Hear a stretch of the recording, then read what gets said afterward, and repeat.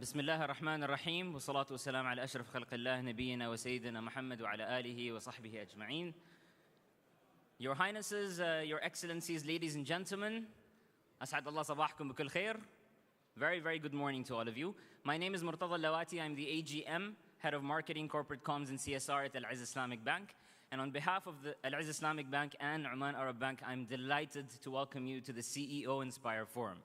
Now, we've been working on this forum for a very, very long time, and the dates kept on changing, so it was very difficult to lock down everyone's dates. And once we did lock down the dates, it was very close to when schools have ended, and people are going to go on holiday because Eid is right around the corner. So I was a little skeptical at the amount of CEOs that we would actually be able to get into this room, but I think if you look around you, that's a big turnout. So thank you very much for coming to our event, and thank you very much for participating.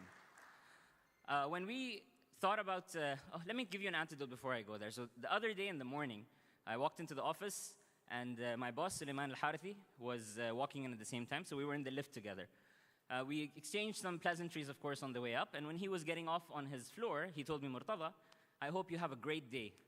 So I decided to go home. Anyway, that was just an icebreaker for you guys. So when we decided to have this event, we wanted the person who was going to present and really be on stage to be a person that resonates a very positive energy. And we thought about this for a very long time, and I'm not going to give you her entire CV, she's going to do that by herself, but she truly is an inspiration and truly does resonate positivity, and that's what we want you guys to take back from this event. So please help me in welcoming to the stage, Dr. Lamia Al-Hajj.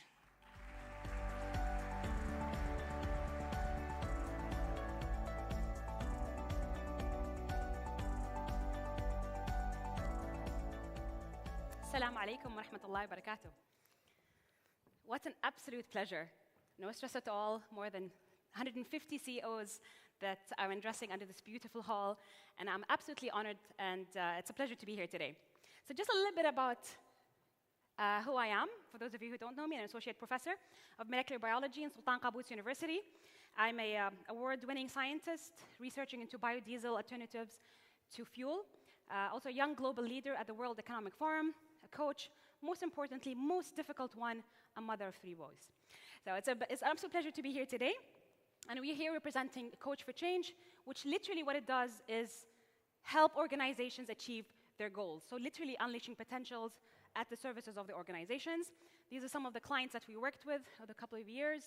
And of course, Al-Izz Bank, thank you very much for always giving us an opportunity. It's always an absolute pleasure to work with Mr. Suleiman and a very, very, very amazing professional team. So shout out to all of you out there. So thank you very much for being here today. The 100 CEO Inspire Forum.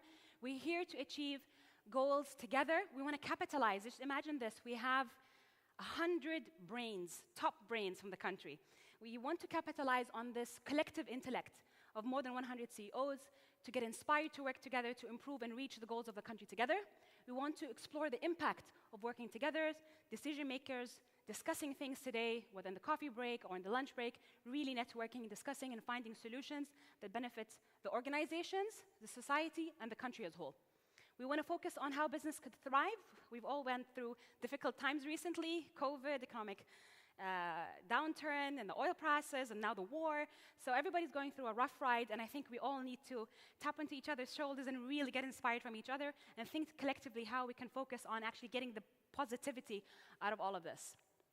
Think beyond boundaries. This is something that we really need to do together. And one of the core values that we want to bring out in today's session is to think beyond boundaries. Yes, there are challenges. Yes, there are boundaries. But what can we do together to overcome these boundaries? Again, most importantly, we have more than 100, I think it's 200 now, right? According to the news this morning, 200 CEOs in this room. Collaborate, talk, chat, and float some projects probably to Bank Al-Izz and Bank. They didn't pay me extra for saying this, I promise you. All right, so that's what we're going to be doing today. I'm not going to go through the agenda. I believe you have a copy on the table of the agenda for today. We'll try to keep it short, sweet, and fun. I promise you that part. And before we get into the details of the program, we're going to start with our distinguished CEO, Mr. Suleiman Al-Harathi, to give us our opening and welcoming remarks. Please join me in welcoming Mr. Suleiman on stage.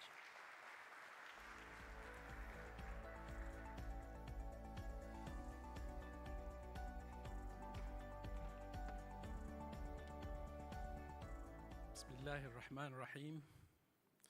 الحمد لله والصلاة والسلام على سيدنا محمد وعلى آله وصحبه أجمعين. Your Excellencies, distinguished guests, ladies and gentlemen, Assalamu alaikum wa rahmatullahi wa barakatuh. Welcome all to this very, very exclusive event. As Dr. Lamia said, an event that has collected almost 200 great minds together. As you can see from the agenda that is on your tables, the topics, the speakers have been carefully chosen so that we can have a maximum benefit from this event today. And as Murtada said, you know, we took some time to prepare for this event. While I was preparing for this event, my son, who is 12 years old, he asked me, "What are you doing, Baba?" I told him, we have about 100 CEOs that we're working to inspire them. And he said, "Why inspire CEOs? CEOs are already inspired." You know? And then we went on discussing, and then he said to me, "What are CEOs anyway? What do they do?" So we decided, me and him will Google to find, you know, funny definitions of CEOs. And this is what we came up with. Can't even opinionate. Sometimes we can't even opinionate as CEOs. Career-ending opportunity. Chief Emotional Officer. And Chief Ethics Officer. They always talk about ethics, you know. Chief Execution Officer. And that's what he calls me all the time. And the one I like most is Clown Executive Officer. But really speaking, as again Dr. Lamia mentioned, CEOs have to be optimistic, and they have to be upbeat, and they have to radiate positive energy, whether it is within their corporations or out of their corporations. So the idea today, as Peter Drucker said, CEOs have to cope with change. There's a lot of change that is going on, whether it is economic or geopolitical or in terms of our businesses. And CEOs have or are expected to have solutions to all this diversity and all this change. So I hope this day will create some of that energy within the room or out of the room. I hope that we will interact, probably do some business together, and probably some business will come over to Oman Arab Bank and Al-Izz Bank. And I hope you have a wonderful day today. And please feel free to contact any of there are a number of our staff and a number of our senior management people who are here today in case you need anything. But really what I expect more is to interact within each other and probably strike some deals. So our event will be, you know, successful in that way. Thank you very much. Stay well and enjoy the event.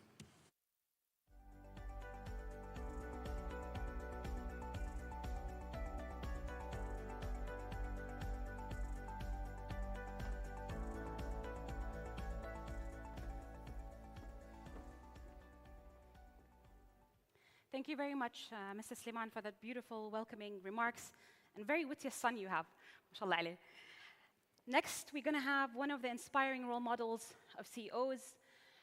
It gives me great pleasure and great honor, and I'm going to have to say, the more I read about Mr. Abdulaziz, the more I got inspired, And it was for me, it's a very difficult task. What kind of questions can I ask Mr. Abdelaziz, and where do I start? It feels like the 30 minutes will not be enough, so this is a heads-up warning. Before I call upon Mr. Abdelaziz Albalouchi, I'd like to tell you a little bit about him. Mr. Albalouchi joined Omnivest in 2014 and has over 36 years of experience in the financial services industry. Omnivest is among the largest diversified groups in Oman, with assets worth $7 billion in 2020. Under Albalouchi's leadership, Omnivest merged with ONIC Holding in 2015, creating the largest publicly listed investment company in Oman. In 2020, Omnivest completed a merger transaction between the Oman Arab Bank and Al-Izz Islamic Bank. Before joining Omnivest, Abdelaziz was the CEO of Ahli Bank and was primarily responsible in converting a single product mortgage bank into a full-fledged commercial bank. During his tenure, Al-Ahli Bank won many prestigious awards, including the Best Bank of Oman for 3 consecutive years by OER, the Best Bank in Oman 2012 by the World Finance, and the Bankers Award 2013. And the list goes on. Abdelaziz has held positions of increasing responsibility in all major areas of banking. He started his career with Oman International Bank, and prior to joining Ahli Bank, he was Deputy CEO of the National Bank of Oman.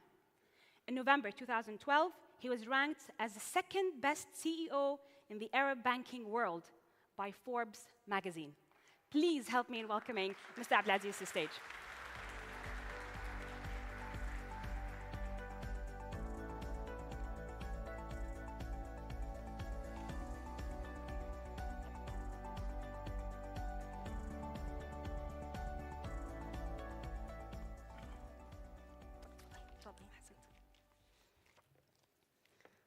I think we'll use this microphone for you. I know, I have. Okay, brilliant, excellent. High-tech, Oh, I love that. Already ahead of the game. Mr. Abdelaziz, I've read so much, and to be very honest, I did my deep dive digging, and I actually went to the extent of speaking to some of the employees in Omnivest, and I can hear the passion as they speak about you, not only as a leader, but as a human in general. So I'm really looking forward to this one-to-one conversation. You transformed Omnivest. You corporatized it. You brought in new teams, new people. You changed the organizational chart. You've empowered people. You took Omnivest with significant concentration on one investment to a leading and well-diversified regional investment company. There's a lot of questions that come from that introduction. But before we share what we read in the paper and hear from the people, I would like to ask you, Mr. Abdelaziz, how do you see yourself? Who is Abdelaziz? Easy question. It's a very tough question, by the way. Is the mic... Can you hear me? Hello? Yes. Yeah, so I really don't know who am I, by the way, because this is the question which my wife asks me every day when I come back from the office, because I have keep changing my moods. No, I'm just a normal guy, humbled. I think you put a lot of pressure when introducing myself. I mean, it's I don't take all the credits, by the way. I have a great team, and that's why you say I, but it's not me, it's we. Yes, we have done a lot during that 7 years, and I try to be as humble as I can be. I lead by example. My favorite sentence, by the way, it's "let us discuss." So I don't like writing very long emails. We make decisions through discussions, not instructions. And all my colleagues who help us in achieving what we achieved, to be honest, they are better leader than myself. That's very humble of you to say. So you can understand that I've been privileged to have a great team. That's amazing. I mean, I love the phrase of "let us discuss," which always, and this reminds me of how normally leaders, when you read these leadership books, Simon Sinek and all them, they say that it's always important to speak last and be a listener. And for leaders, normally we tend to say what we think and then say, what do you think? So be able to hold that back and listen to people first is a very good, it's definitely a very high emotional and social intelligence. Which takes me to the next question, Mr. Abdelaziz. In the words of, and I'm not going to try an attempt to mention this French name, but basically he is a distinguished clinical professor of leadership development and organizational change at INSEAD. And I quote, "CEOs tend to be doers, which is required to make it in the business. But the most successful leaders are able to do both. act and reflect. For effectively running an organization, it is essential to find some time to be self-reflective. What are your comments on the statement? Yeah, I fully agree with that comment. I mean, first of all, as a leader, you need to walk the talk. I mean, you always have to lead by examples. You need to delegate, but over-delegation, to be honest, it doesn't bring you results. We at Ominvest, we reflect ourselves on daily basis. By the way, my appraisal is not end of the year or every quarter. I think every time when we meet, we keep reflecting what we have done and whether we have done well or how can we do it better. So for me, I believe that as organization, as individual, you must reflect on probably on an only daily basis. I can tell you that every day I try to do it 5 times a week because weekend is for the family. So every day after working, I go out for walk. And that's the best time for me to reflect what we have done in the office, what I've done, what about our decisions, could we do it better? So yes, it's important that you act and reflect. Fantastic. That's very inspiring. And you mentioned a lot, like you can see the passion and the care about the organization, that even in this reflection time, reflecting about the organization. What about the time that you spend for reflecting on yourself? Do you do that in your holidays? Do you do it as well when you're for your walks? Do you keep your phone away when you go for your walks? Yeah, so just recently, I think my daughter, she's here, Lubna, somewhere. I just have outside of our house, we have a place I called Man Cave, or a place where I spend most of the time, I call me time. So when I'm there, I go to my empty box, and I just want to relax and keep thinking about myself and what I want to do. So yes, I do that. Fantastic. And that really helps you to wind down. Absolutely.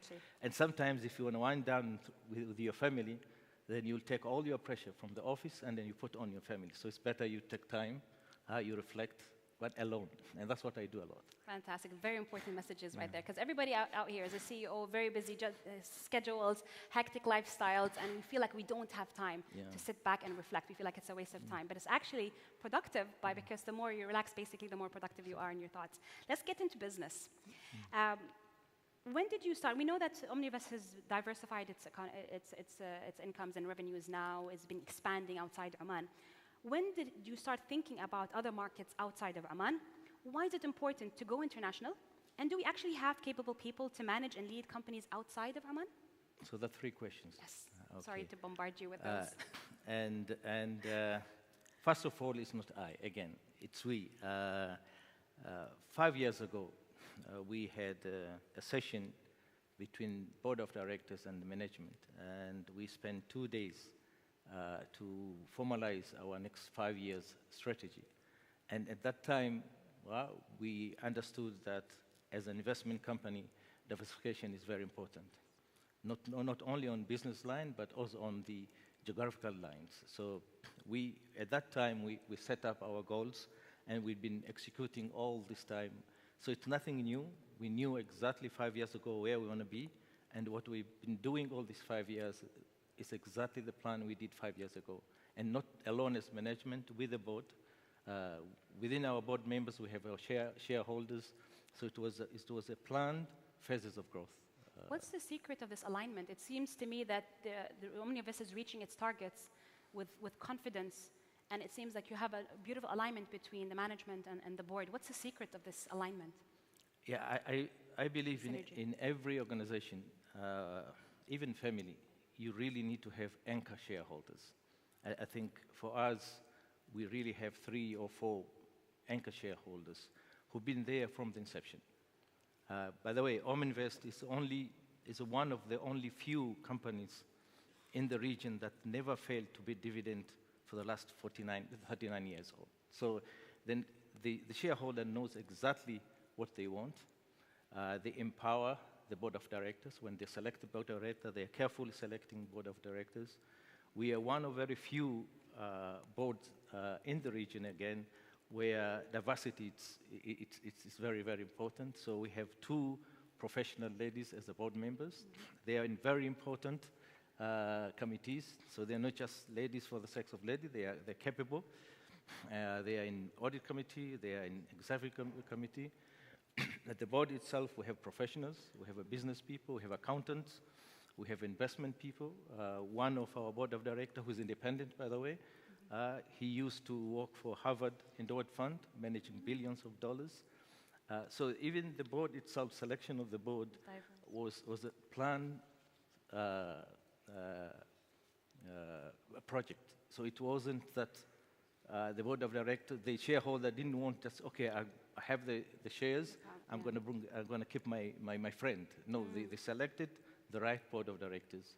So at the board level, it's very, very, very, very strong. Shareholders, they know exactly what they want. And there is alignment between us and the board. So there is segregation of duties. Board knows exactly what they should do, and we as management, we know exactly what to do. Fantastic. This is really beautiful. And I thought I had inside information that I was going to break to the audience, but Mr. Abdelaziz already shared it. The Omnivest, which I thought was really, really impressive, especially that we just went through a very, we went through a crisis of COVID and economic downturn, but yet Omnivest, since the day of inception, which was in the early 80s, right, until date today, has never missed a year giving dividends to its shareholders. One of the very few Omani companies who's actually managed to do that, despite the ups and downs. And the question is how... And the dividend is very important, because we have more than 2,000 shareholders. Some of them, they're retirees, so they're waiting for that check every end of the year. And for us, we have to formulate our investment criteria to make sure that we balance not just profit, but also cash profit. And that probably we're going to discuss later. If you just focus on valuation gains without looking at cash profit, then you're going to end up with a problem. So for us, we have a very balanced investment philosophy that take care of all shareholders. If you allow me to add a follow-on question, because I found it very interesting that the fact that you managed to not fail and pay these dividends every year, how would you balance that with the risk of taking new projects, trying new things, without the fear of having not to pay the dividend this year? How do you balance that risk with that confidence from the board and the stakeholders and the shareholders? I think we are not a reactive organization. We focus what we want. Yes, there is so many things happening during the process, so we're very agile for the changes. But everything which is happening now, we have already started doing 3 years ago. So most of our transactions, when we announce them, it's not that we just did it 3 days ago. It's just a work which we have done quite a long time. Fantastic. Thank you very much. We live in a turbulent time for CEOs. We have social upheaval, technological advances, and new generation of workers, among other things. They add to the already long list of challenges. We all agree that there's lots of challenges, and they're increasing by the day. What do you advise CEOs to help? And this is live stream, so basically you're addressing the CEOs in the hall, and you're also addressing everybody who's following us live tonight, or this morning. I feel like it's an evening already. What do you advise CEOs to help them navigate these new waters? And what do you think are some of the pressing issues facing large multinational corporations in the next 5 years? I think I need to get advice from them, because I don't have all the answers. But I think never underestimate the power of technology. I think the way how we live, the way how we operate, even our day-to-day lives will be disrupted by the technology. So for us, paying a blind eye toward technology, I think, is a very dangerous thing. I think technology will either destroy us or improve us to the next level. So number one, I think you really have to be always focus on how you can use technology to leverage your businesses. Second, I think during the crisis, you really have to focus on the cash flows.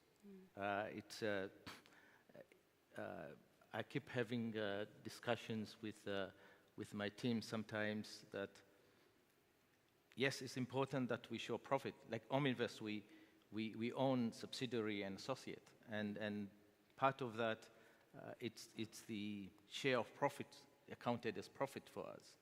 But at the same time, we need to have cash profit, where you receive dividend, where we can pay our salary, where we can pay dividend, but also have to exit to generate cash. So your investment portfolio have to be balanced, that during a crisis, any time when you need cash, it's available.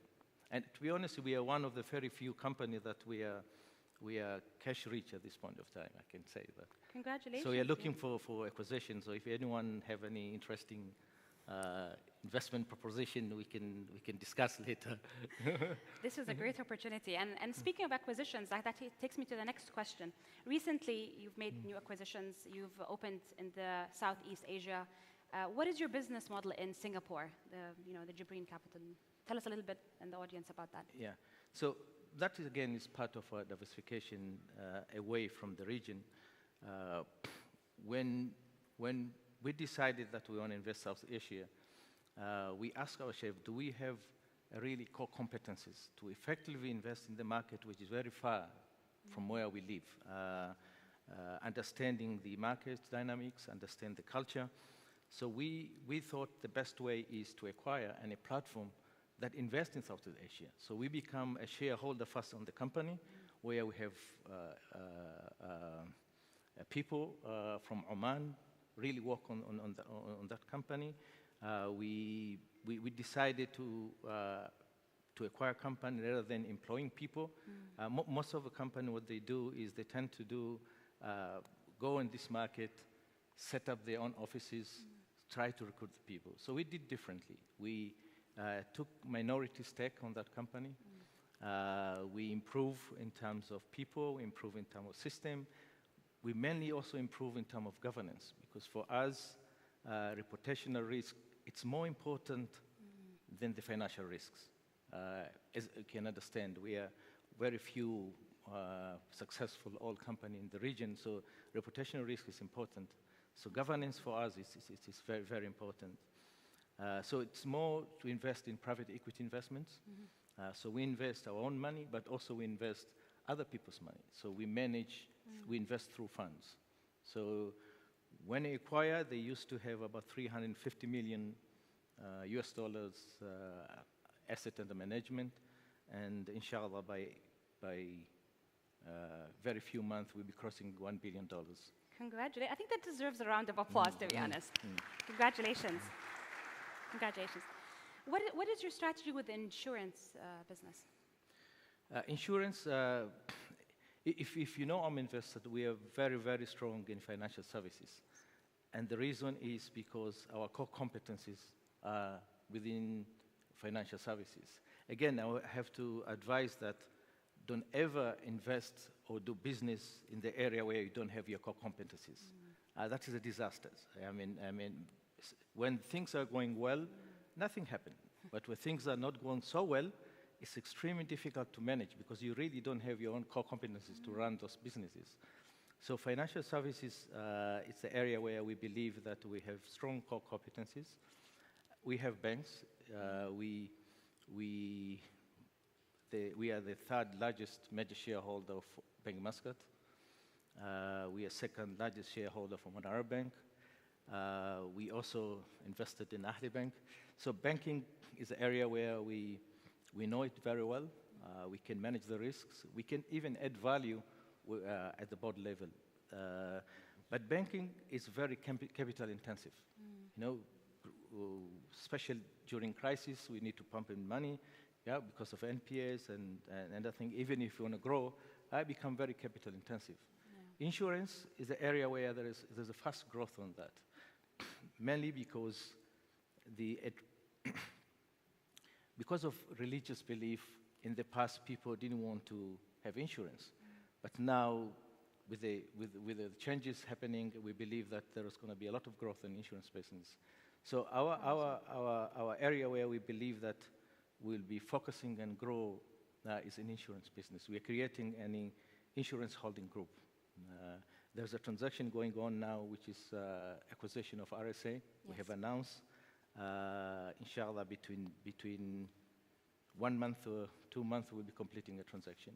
You just answered my next question, which was about the RSA and what your plans are with it. So thank you for speeding that up.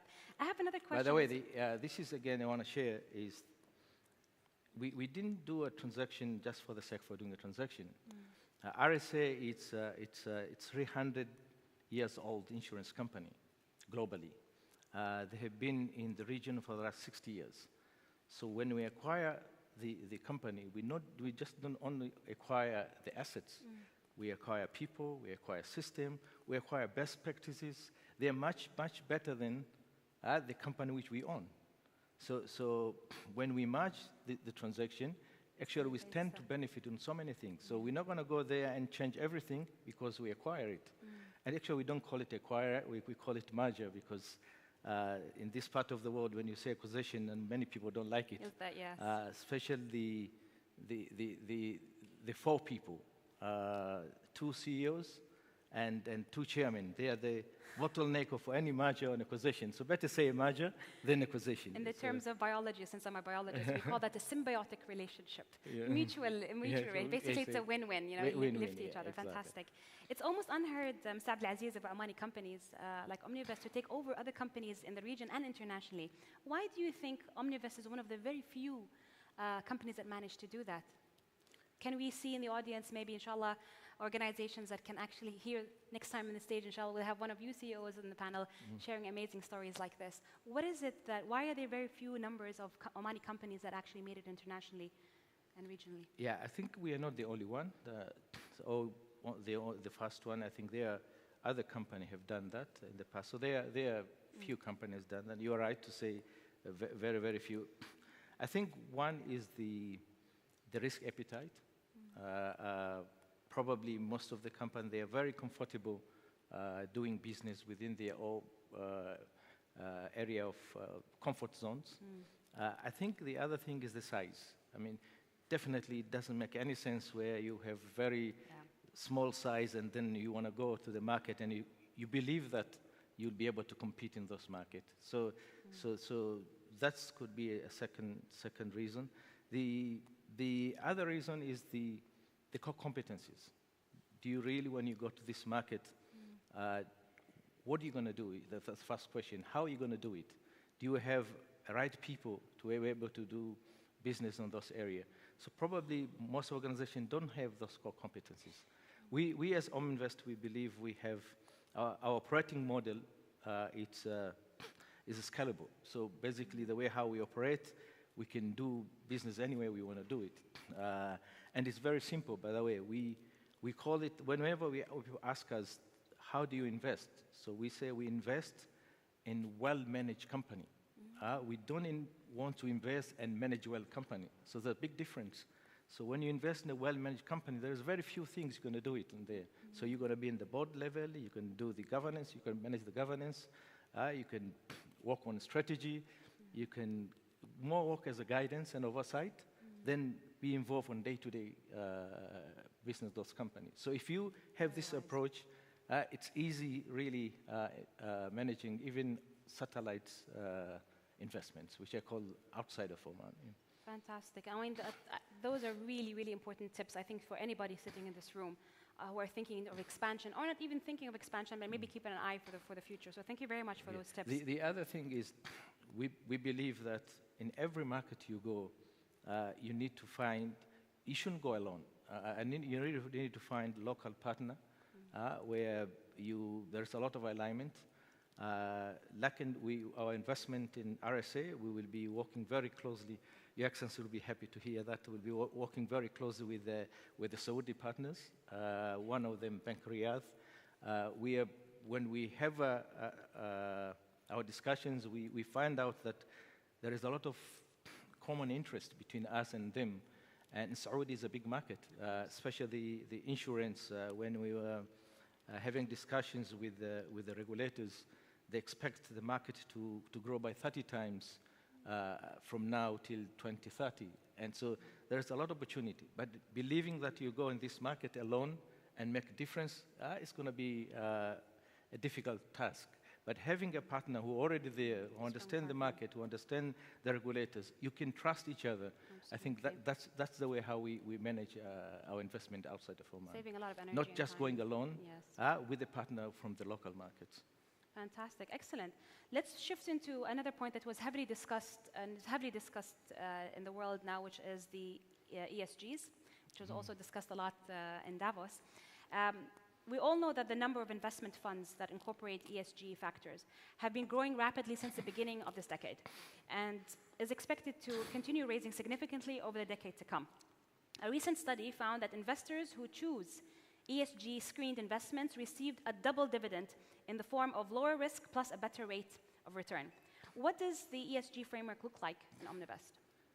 Yeah, so, by the way, we are probably the only public listed investment company to be a member of World Economic Forum. So through that platform, we have learned a lot during what is coming. And ESG, I think it's you can say that a buzzword, but it's a very, very important topic.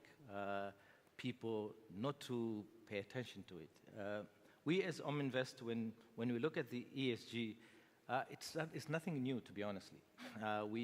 We've been, for the last 5 years, working very closely with ESO, Environmental Social Society of Oman, and so we've been working together to protect our environments. And that is even before when people are talking about ESG. We work very close with Zubair SEC to promote SME in Oman. One of our company, which is National Finance, is the largest lender of SMEs in Oman. And this is part of financial inclusion. If you look our investments in most of the company, ESG is not something new. They have been doing all this time. What is changed now is the way how you measure it, and the way how you're going to disclose it, and the commitment. You really need to go outside and commit that we will be ESG compliant. For us as Ominvest, we believe that as we are long-term investors, as we believe in society. By the way, our every day when we ask ourselves when we go to the office, what is the existence of Ominvest? Why we are going to work here? What our purpose statement? And our purpose statement is transforming business to enrich society. So if you just focus on that, it's that the beginning of how you're going to implement your ESG, because we put society first. We're not talking anymore that transforming business to maximize shareholder value, but we are talking transforming business to enrich society. Society for us, it's a key. We have done a lot of transactions, believe me, not just because we want to make money. The people ask us, what the hell Ominvest is investing in a golf course? I mean, how much money are you going to make in a golf course? But for us, investing in a golf course, this golf course was probably having a lot of issues. So for us, investing in that is part of environmental. You know, golf are always very green. You have a lot of birds there. We're talking about the attracting tourism, but it's not really because of financial gains. It's a bigger picture. It's a society again. So we put always society first. We never invest in any investment that's going to destroy either environment or society. I say I, because that was my decision. I rejected an investment that would have given a lot of profit, but at the end of the day would create a lot of issues within society. So we rejected that. So that is part of our DNA, and that's very much aligned with ESG. Definitely leading by example. Mr. Abdelaziz, what caught my attention in this conversation is that which we keep on reading is also starting with why. When you know your purpose, when the organization knows its purpose, it always brings back that focus and that guidance towards the direction. And I think as I converse with you, and I'm sure the audience feel the same, it kind of unfolds to me why things are working smoothly. You've got this harmony with the people that you're, because the why is clear, the vision is clear. Finding that purpose is really important. And I also recommend here a book by Simon Singh called Start With Why. And he explains how a lot of organizations succeed, but the ones that continue are the ones that always go back to the purpose. If you think of Steve Jobs and Apple, it's always about innovation, about making people's life easier. So whatever they do, whatever the product is, it's about making people's lives easier. Definitely. And I can see that materializing in your leadership as well, which is really By the way, inspiring. the purpose is not just a purpose statement alone. So you really need to have a tools within your organization how you're going to live with that purpose statement. So it's something where you really have to implement. and people have to believe in it. And that didn't come from me or from the board of directors. When we were assessing our purpose statement, it's involved everyone, including the lowest level within Ominvest. So who we are, and there's a lot of, we spend more than 6 months just to come with a purpose statement that everyone can relate to it. Resonate. And that's not how we did it. Fantastic. We'll come back to that when I will discuss some of the CEO examples later in my talk, and I will definitely refer back to you. I have a disclaimer for the next question. So I was preparing these questions for Mr. Abdulaziz, and I was running it by my son, who is my advisor. He's 13 years old. I pay him. So yes, he is my advisor. He's my consultant. He charges me by the hour. Now he's charging me by the questions. So he came up with this question. He said, can I actually add one question to Mr. Abdulaziz when I read the biography? And I said, okay, let's see. If I have to be like, oh, my mommy instinct, I'm just going to tell him I'm going to use it, but I won't. But it actually was a good question. He's really interested in psychology. And his question reads, and this is purely, he literally sent it to me by WhatsApp, and I plugged it in the cards. So the last question goes, a study from Horton International showed that 49% of CEOs report struggling from mental health conditions, report feeling overworked, and feel responsible for the reputation and mood of the organization, the whole organization. Can you relate to this study? And has this affected the way you work and do things? Sorry, how many of them? I have to be careful. Yeah, I agree. I mean, when they say that CEO position is the hot seat, it's really a hot seat. But I think I'm being blessed and privileged to be, and of course, I'm not against any religion, but I'm blessed and privileged to be a Muslim. And through my faith, I really followed the teaching of our Prophet Muhammad sallallahu alaihi wasallam. So basically, every time when you really feel that you are in that mood, you just have to reflect back and say, okay, this is a person who went through everything, and how that our Prophet managed the situation. And honestly, that's what I do. I just bring in my faith, and through my faith, I really come down. That's why I say me time. Is that the way how I'm gonna, I do all those things, yeah. Very important things. I mean, I'm not Mutawa though, but I'm just using my faith. Mutawa, for those of you who don't know the word, it means a religious figure. That's why I don't have long beard, but I really believe in my faith, yeah. Thank you very much. I'm going to this conversation, I can take this forever, but I feel really inspired by this conversation. Mr. Abdulaziz, I'm sure you're an inspiration to a lot of people. You are certainly an inspiration to myself, and I'm sure to a lot of people in this audience. My question to you, my last question is, where do you get your inspiration from? My inspiration? I get from you. Oh, yeah. Diplomacy. Yeah. No, I really get people like you. I get inspiration for young people who wants to challenge the status quo, the people who have different mindset. They don't agree in everything. They think about innovation. And if you look at the young generation, really we should always pay attention to them because they think completely different the way how we think. So my really inspiration are coming people like you who really wants to change the status quo, want to see the world. It's not only about making money. The world is a better place for all of us to live in.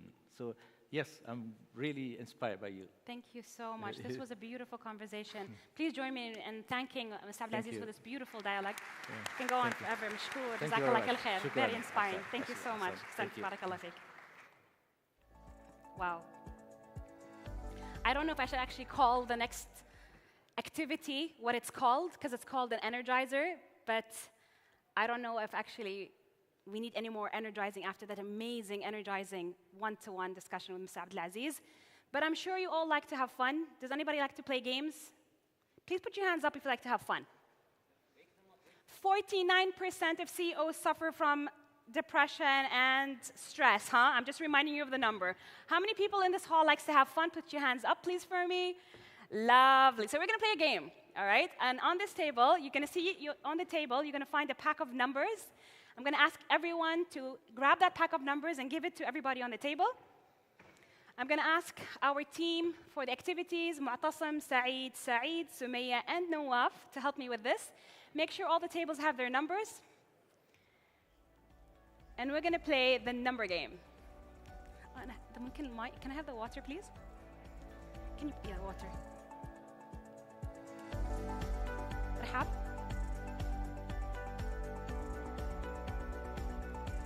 Can you give me the pack الباك الثاني؟ ولا خلاص بجي انزله بس شيلي هذا.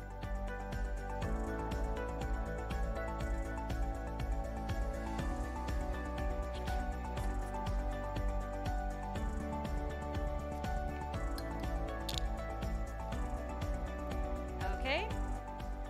Hope all you have your numbers. Oops. Okay. I'm assuming everybody has a number on them? Sure, we have plenty of time. I promise you this is a themed game, so there is a theme out of this. Make sure you're involved, it's so much fun.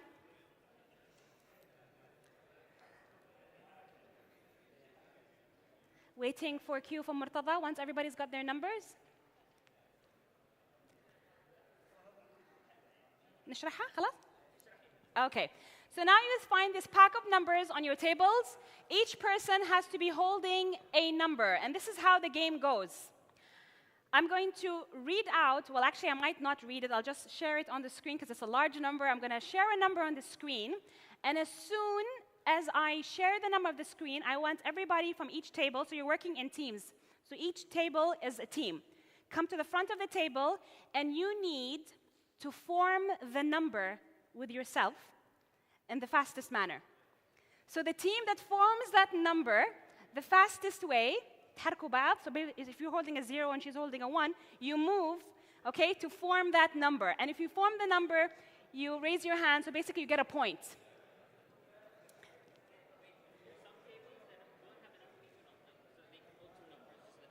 For the tables who don't have enough people, they can either join other tables or they can hold 2 numbers. For the tables who don't have enough numbers, you can hold 2 numbers. نعطيهم مثال. خلي المتطوعين وين؟ خلي أعطيهم مثال. يلا تعالوا سطروا لنا كذا أعماركم. سعيد وسمية ونواف معتصم. Let's show them an example. ها؟ ليش؟ وناسة. لا ما يصير، لازم كل حد يلعب. No exemptions. ما في استثناءات للقاعدة. Everybody's gonna have fun. Let's play. You're gonna enjoy it. Huh? No? خلاص. Okay. Yeah, everybody hold those numbers. Okay, so what's gonna happen? We're gonna show you here really quickly. So once I share the number on the screen, immediately rearrange yourself to form that big number. So for example, if I say 276,000, so they move around until you form the number. Once you form the number, then the person in charge of checking on your table will give us a point. So how fast can we work together and collaborate to achieve large numbers that we're aspiring for in our organizations? Are you ready? Any questions? Okay, everybody, if you hear me, clap once. If you hear me, clap twice. If you hear me, clap 3 times. Great, I got your attention. Okay, I'm going to share the first number now. On the count of 3, I want you to get up and form the number. 1, 2, 3. The first number is. Go.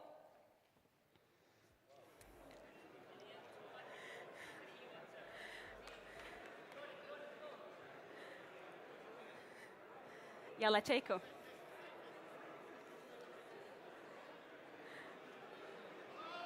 Good one, fantastic. Great. Next number. We already got one. 1 point over there. Great. Next number. Next number. Next number. بسرعة بسرعة.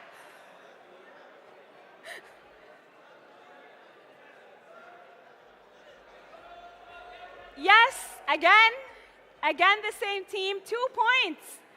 خليكم معي يا جماعة. There's a team that's really doing really well here. Huh? First? أنتوا first? ها؟ لا أنتوا لازم تخبروني خلاص خلصوا؟ Oh sorry. هذا خلصوا قبلكم. So we have one. Next number. So we have 1 point over here, 1 point over here. Everybody pay attention to the third number. Are you ready? Third number coming in 1, 2, 3, go.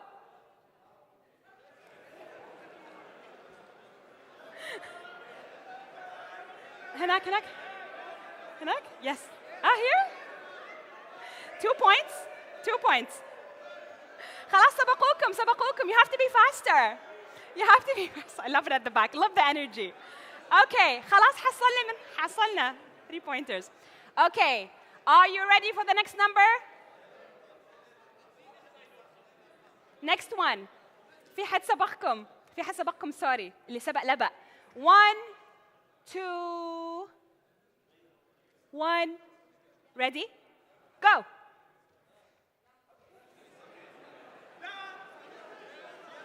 لازم ينتظروا أول. 37. لا هم أعطيتهم قبل. ما يصير تعطيهم قبل رقم. ما يصير تعطيهم رقم قبل. ها يلا وين الأنشطة؟ نواف هنا أول. Guys, في حد سبقكم. Okay. All right. Last number. I show on the screen. Okay. Ready? How many pointers do we have so far? Let's see. The ones اللي يوصل 5 3 points. آدم ما يصير تلعب معاهم. Okay. يلا. You got a point? حصلتوا point? Okay. A point هناك. من الفريق نواف؟ نواف, a point here. Okay. معي? At the back, معي? Ready? Okay. The next number is, please volunteers, be with me. I need the volunteers to give me the cue because I can't watch 200 amazing genius brains. Okay? I need the 4 volunteers. خليكم معي. 1, 2, 3, go.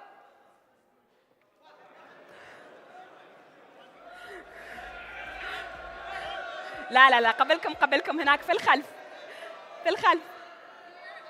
ايوه هنا we have a tie.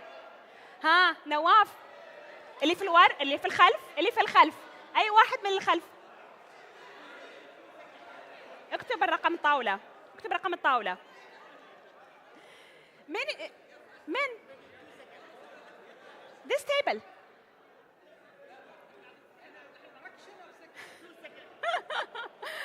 I did not expect you guys to be this fast. By the way, you're picking up really quickly. The more you're doing it, the faster you're becoming. I can't keep up with you guys.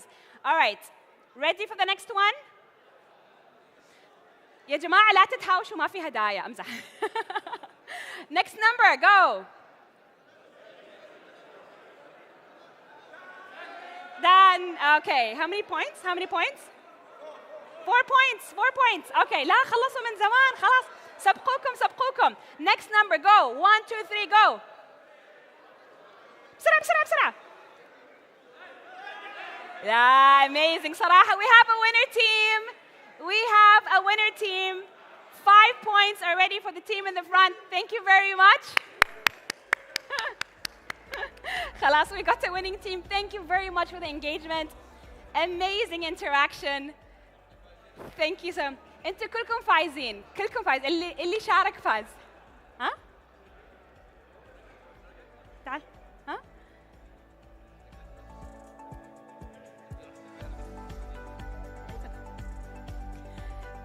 Okay, so we got a winning team. We were going to run, but of course this will run forever. So the theme of this game, of course, is how do we achieve the high numbers that we all aspire for? We all have high numbers. We all have big numbers for the country, for our organizations, and for the societies. How do we achieve these big numbers? And the example and the answer was done with this activity. You all collaborated fast enough to achieve these numbers together. So the idea is, how can we help each other in achieving the big numbers? How do we achieve Oman Vision 2040 with the big aspirations? It's through this kind of collaboration and having fun. All right, so thank you very much for that activity. Working together to achieve the highest numbers. And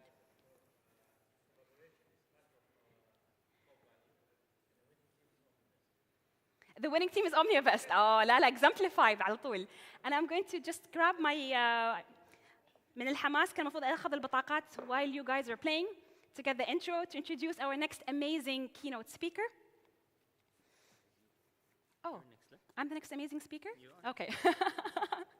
I'll take that back. I thought it was the second keynote speaker. Now, after that energizing session, I was very happy to be invited by Mr. Suleiman and Bankeles to share my recent experience in Davos. So I'll be sharing a little bit about the experience in Davos, which was one of the eye-opening ones. Of course, Mr. Abdelaziz was there as well with his team. Sheikh Khalid Zubair was also there. It was really interesting to see the Omani delegation, of course, Maali Saeed al-Suqri كان أيضا موجود. It was really nice to have that Omani delegation in Davos. But before I actually speak about the Davos experience itself, today's session or today's gathering and today's forum is all about these 100 or 150 or 200 intellects who are in this room. We have successful stories in Oman, we have successful stories in the region, and I'm going to bring along 3 examples of successful CEOs internationally and regionally, and then share 2 examples of organizations that did really well and then they're not here anymore, and reflect together why. What works and what doesn't work in leadership? The first, one of the famous examples, of course, is Michael Eisner, the CEO of Disney. So basically, he took the lead as a CEO in 1984, and in just 21 years, the annual revenues increased from 1.5 billion to 30 billion. The number of employees also grew significantly. They opened new theme parks around the world. The number of employees increased almost by 5 times. They also diversified. He introduced the Disney cruise ship line and multiple domestic cable channels, including ESPN. So many inspiring interviews from Michael. And what was really, really inspiring for me is to ask, as I was reading through the stories of the CEOs, it was always like, we have big numbers, we achieve big numbers, there's so much growth, but what is it, the secret? What's the common denominator with all successful CEOs? And sometimes it strikes me, it's opposite of what you expect sometimes. For example, with CEO Michael, they encouraged failure.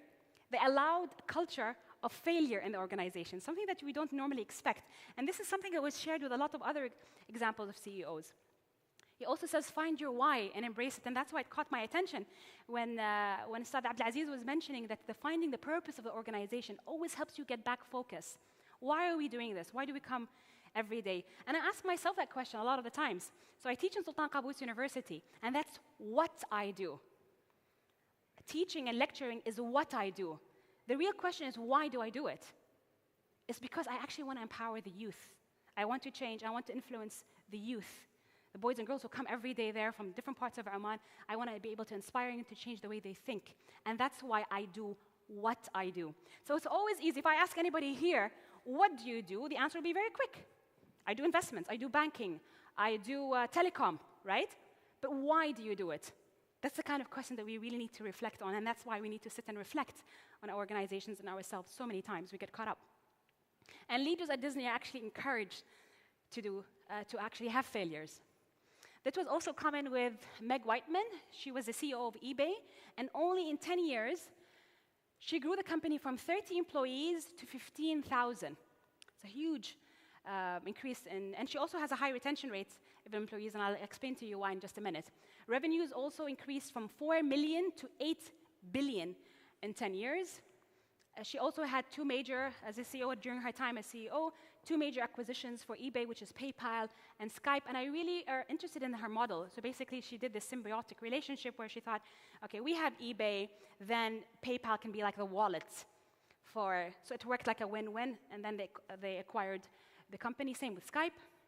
In 2014, she was named 20th in Forbes' list of 100 most powerful women in the world. How did she succeed? Why did she succeed? She encouraged failure.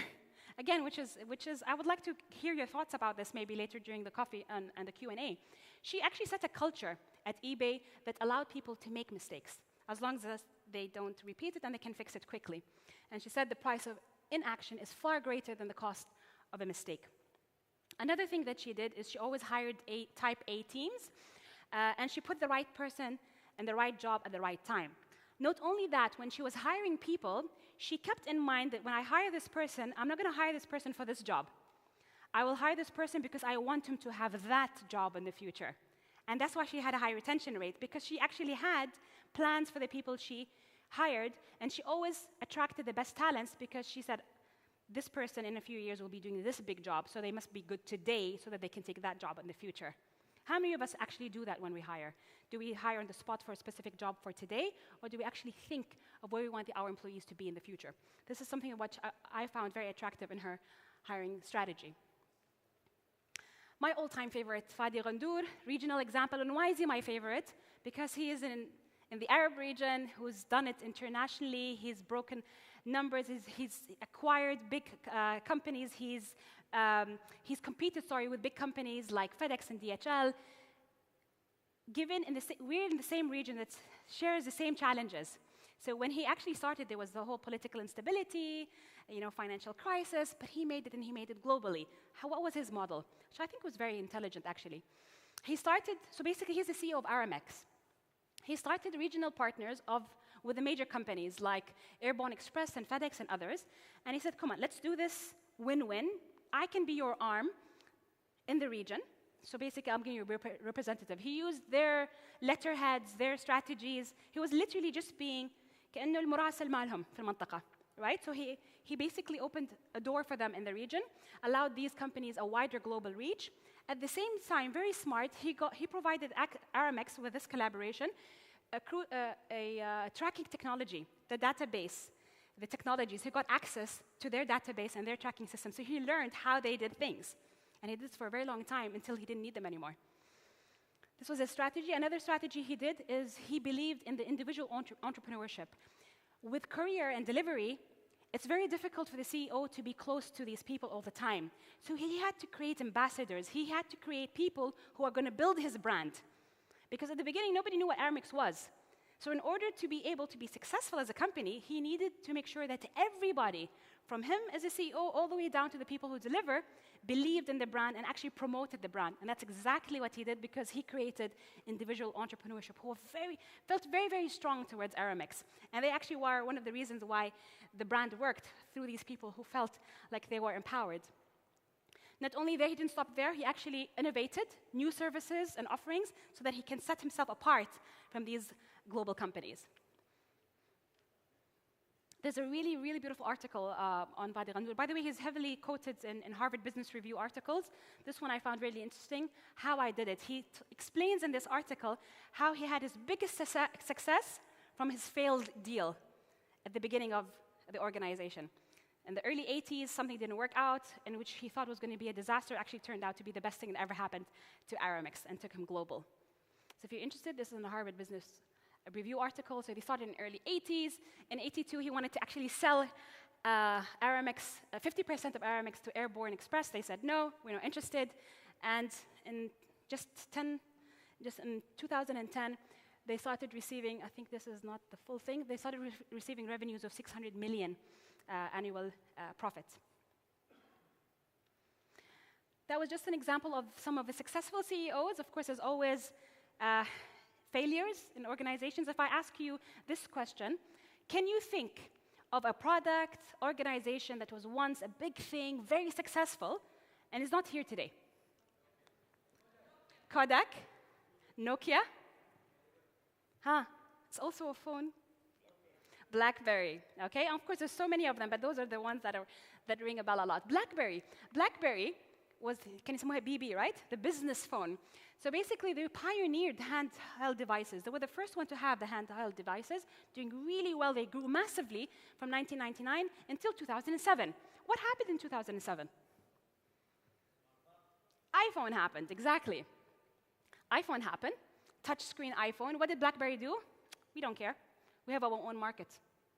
Ego, too much pride in their product. They refused to accept the new technology.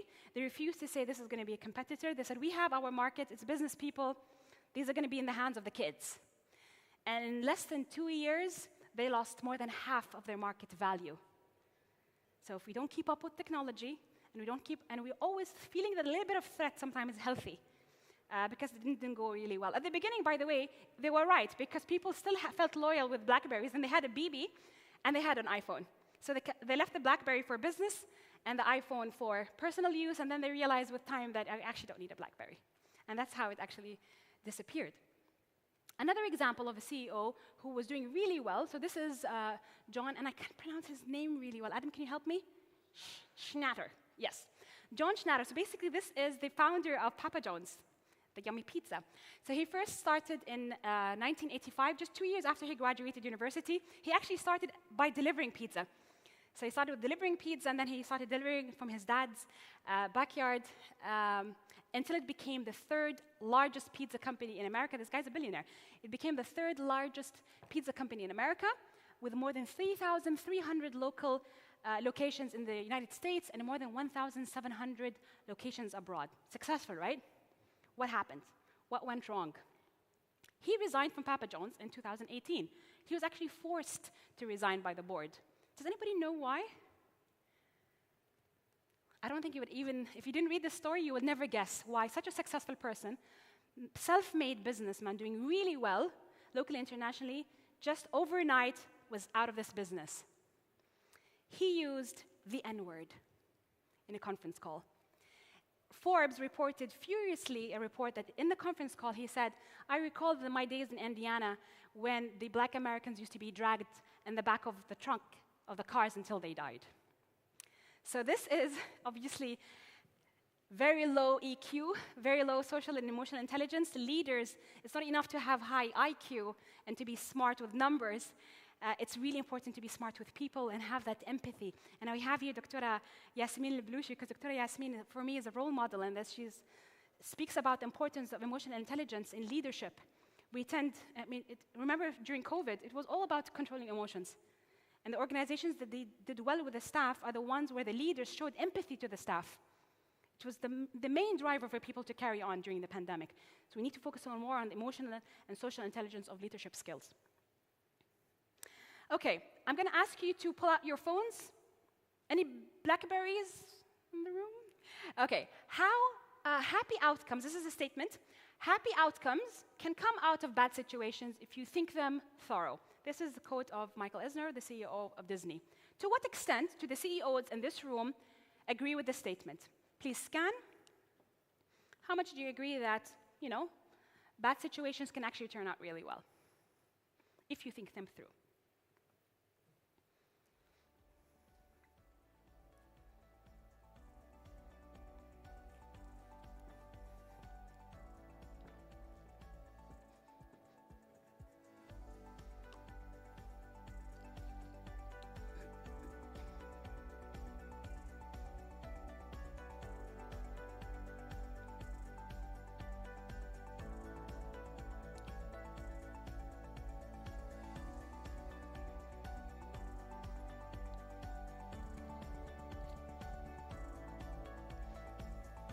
الباركود اشتغل معاكم؟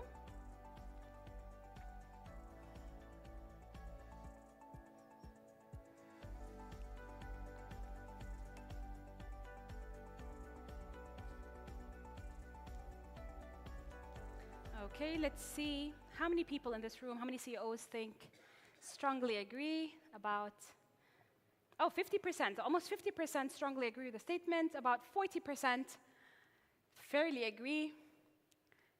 Some people are neutral, so we have about 7 people in the room who are like, not sure. Maybe I need to test this first. Maybe I need to go through this experience to be able to decide. But generally speaking, there is this positive attitude towards, yes, we are going through challenges. How are we linking this to today's forum? Yes, we are going through challenges. All the organization, the whole country, actually, as a matter of fact, the whole world is going through challenges. But can we actually turn these challenges into opportunities?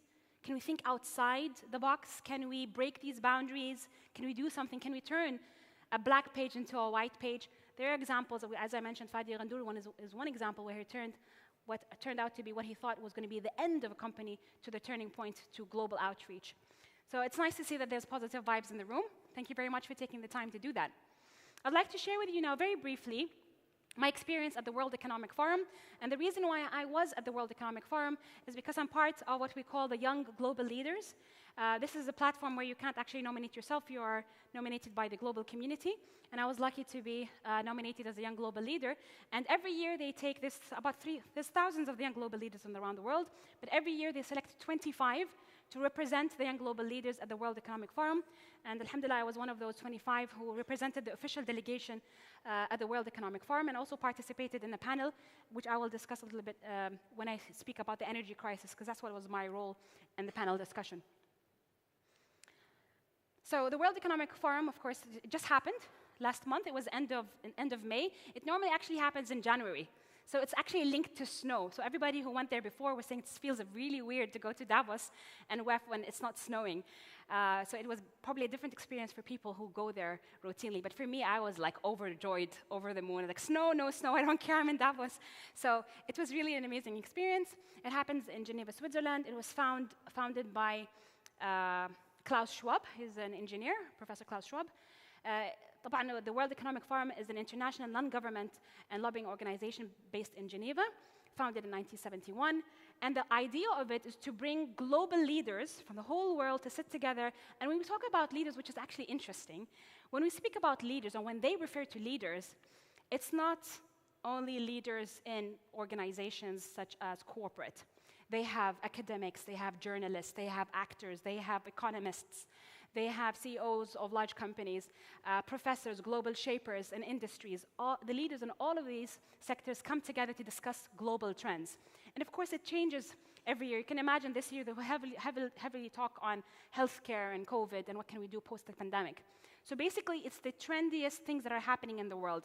And that's why I'd like to share with you some of the take-home messages from Davos.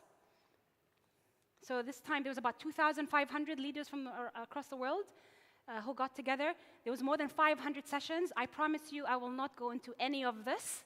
I will just let you know what the topics were. Why? Because if you are interested, you can log into whatever topic that I'm going to share with you. You can log into the World Economic Forum website, and all the live sessions are actually there free of charge. So if you're interested in digital transformation or the metaverse or the Ukraine war or whatever, you want to know the latest in that field, you have Bill Gates speaking, you have John F. Kennedy. You have all of these big speakers there, and they're live streamed and they're for free. So I'm just going to give you literally highlights.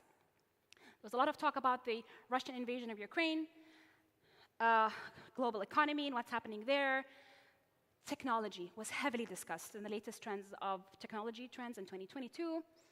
The food crisis remains an issue. All right, was heavily discussed as well. Healthcare and the health crisis, and of course the energy crisis. And this is a session in which I took part in. So this was the general themes, and we were given 9 takeaway messages. So basically, when we finished Davos, the young global leaders were sent a document with the 9 takeaway messages for the World Economic Forum. I want to mention something here because it really moved me during Davos. It was so evident that every session had specific attention to the Ukraine war, right? So the Russian invasion to Ukraine, which is justifiable. However, none of the sessions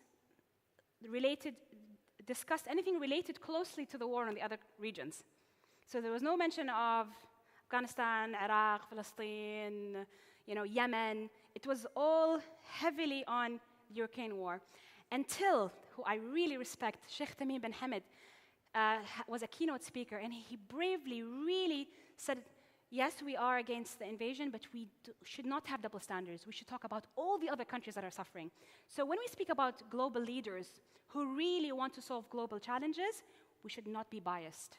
We shouldn't be biased, of course, a religion, a color, or a community.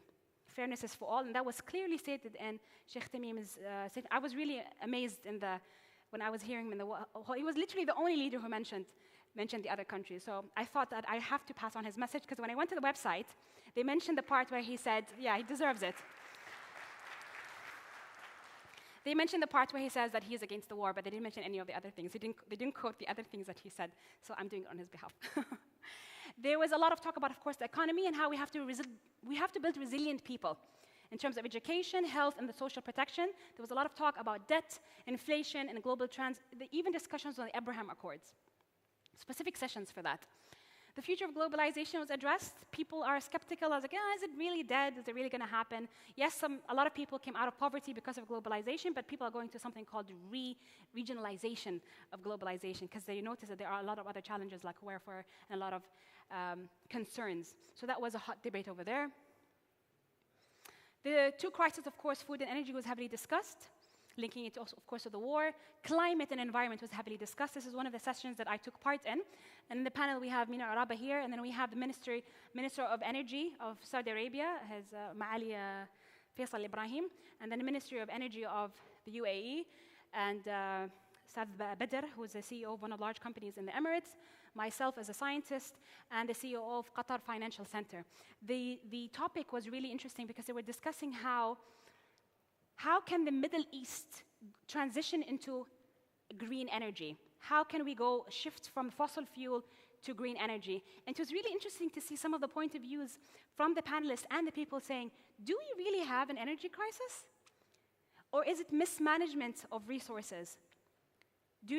Are we really suffering from the lack of petroleum, or is this how this is framed kind of for us, forcing us to shift? Of course, in terms of clean energy, yes, we're all trying to make the efforts there, but is it actually as bad as it appears, or is the Western media trying to push us to do things based on their agenda? Which was really interesting for me, and this is one of the nice things that we have in these kind of discussions, is people speak freely about their views, even if they're totally against the president of whatever country, which was really enriching for us listening to these conversations. The role of business and entrepreneurs, which I thought was going to be something related to the people in the room here.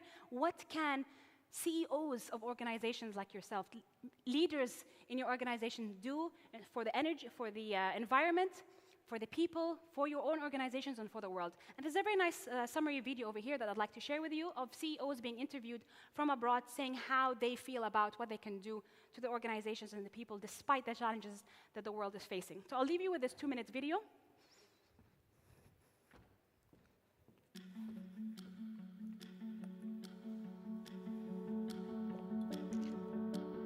I don't want to wait 20 or 30 years to do something about the environment. I want to do something today.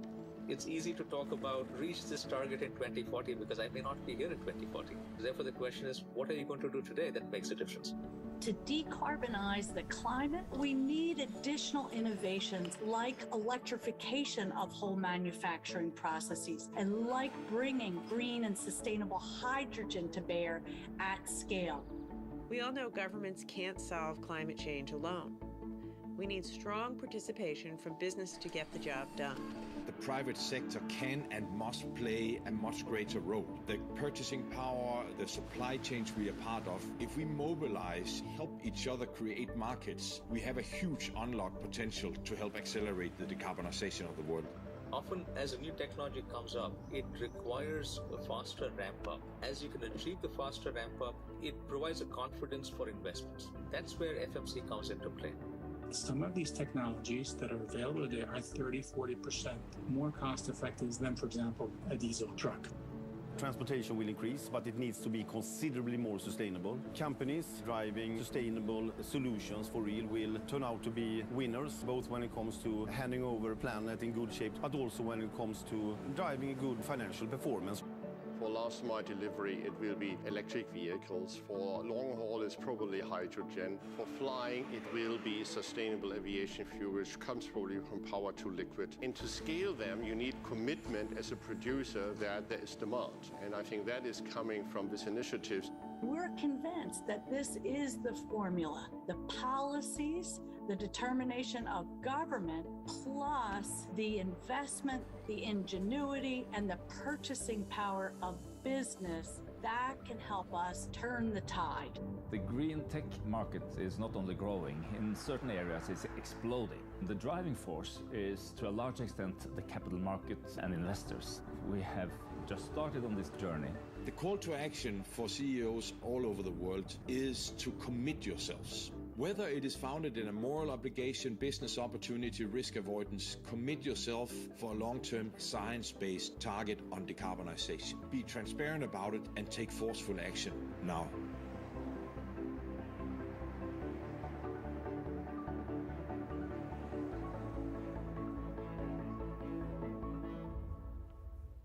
So this is one of the initiatives that was actually launched at WEF 2 years ago, and they're giving updates of what CEOs around the world can do for the environment and for the people, and keeping that in mind, which actually links to the ESGs that we were discussing earlier with Abdulaziz. The point of discussion was also heavily the health matters, where Steve Jobs was talking about what's next and what's the next pandemic, as you might expect.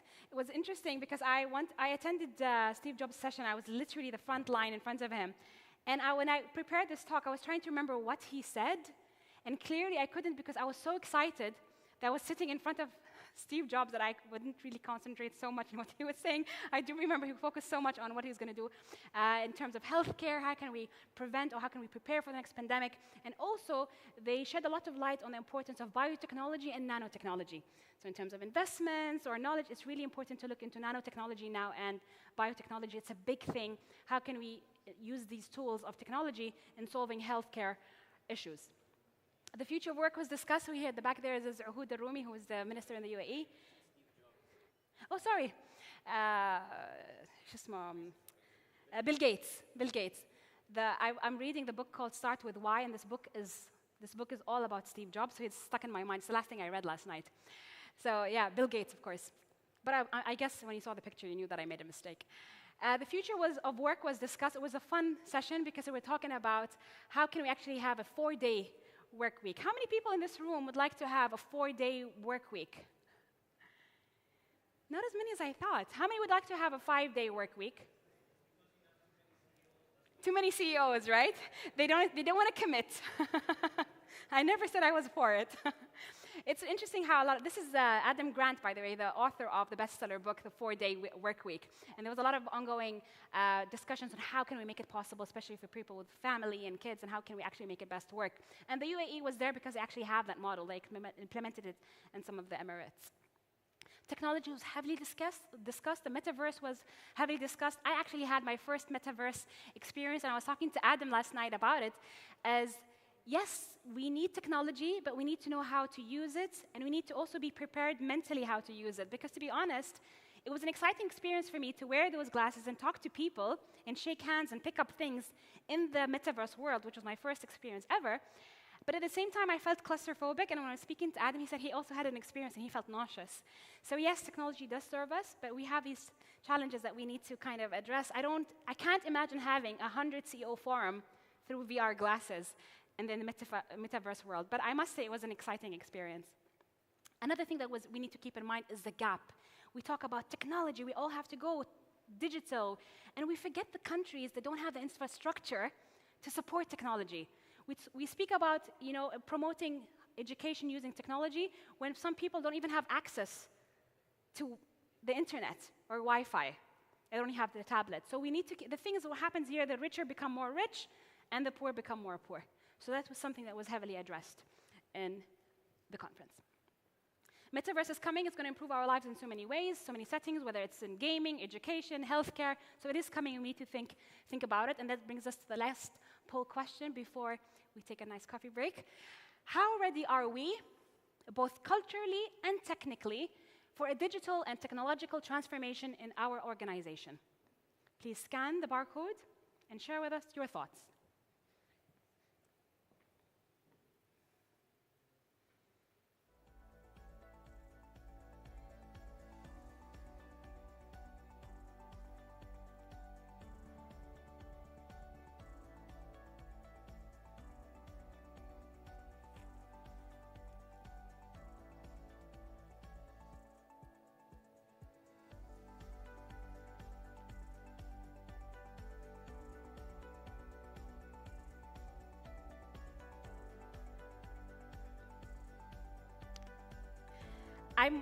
I was about to ask, has technology failed you now with the scanning?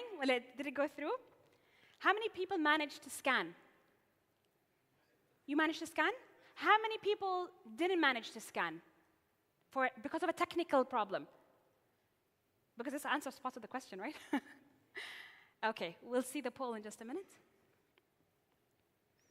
I totally get you. That's how I feel sometimes. I'm like, yeah, technology, are we ready?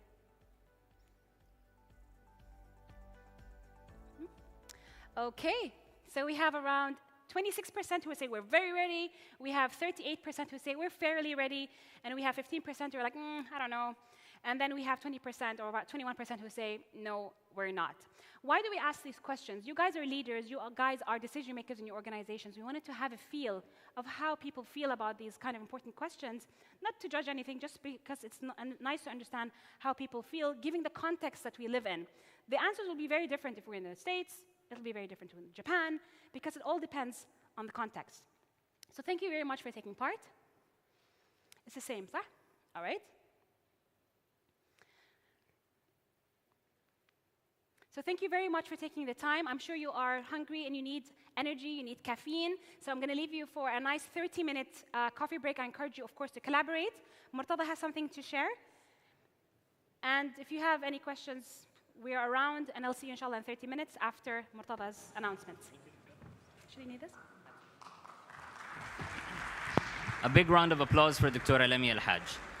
All right, so before we go on to our coffee break, I wanted to take this opportunity when we have so many CEOs in the room and talk to you a little bit about the Association for Early Intervention for Children with Disabilities. 2 years ago, Mukarrama Sabah Bahlani, who's with us here, she is, of course, the chairwoman of the association. She came up to us. They're building a center. The center is going to serve so many children in Oman, and it's a project that's very, very close to my heart, close to Al-Izz Bank's heart. Let me just show you the crowdfunding website. So she came to us. They required about 2 million riyals to build the center. The government gave them a land, also gave them some funding, but during COVID, things were a bit difficult. A lot of companies backed out of their CSR commitments due to the financial crisis, and she approached us. And we, being a small bank and not being one of the biggest banks in the country, we have limitations as well. What we don't have limitations on are ideas. So we sat together, came up with an idea, and we launched a crowdfunding website. Now you can log onto this website. It's crowdfunding.alizislamic.com. You go to the donate button, and as soon as you donate, the ticker moves, so you know where your money is going. Now she is with us here. The stall is outside. I would like all the CEOs, I request all the CEOs, please pass by. Any donation from your end makes a change and a difference in a child's life. So please, we really, really want you guys to donate to this. And we'll take a short break for coffee, 30 minutes. This is where you guys mingle, get to know each other, hopefully, build some bridges. And then after that, we have an amazing speaker, Mr. Tariq Qureshi. He's a futurist. He's going to take us to the next level, inshallah. Please enjoy your meal.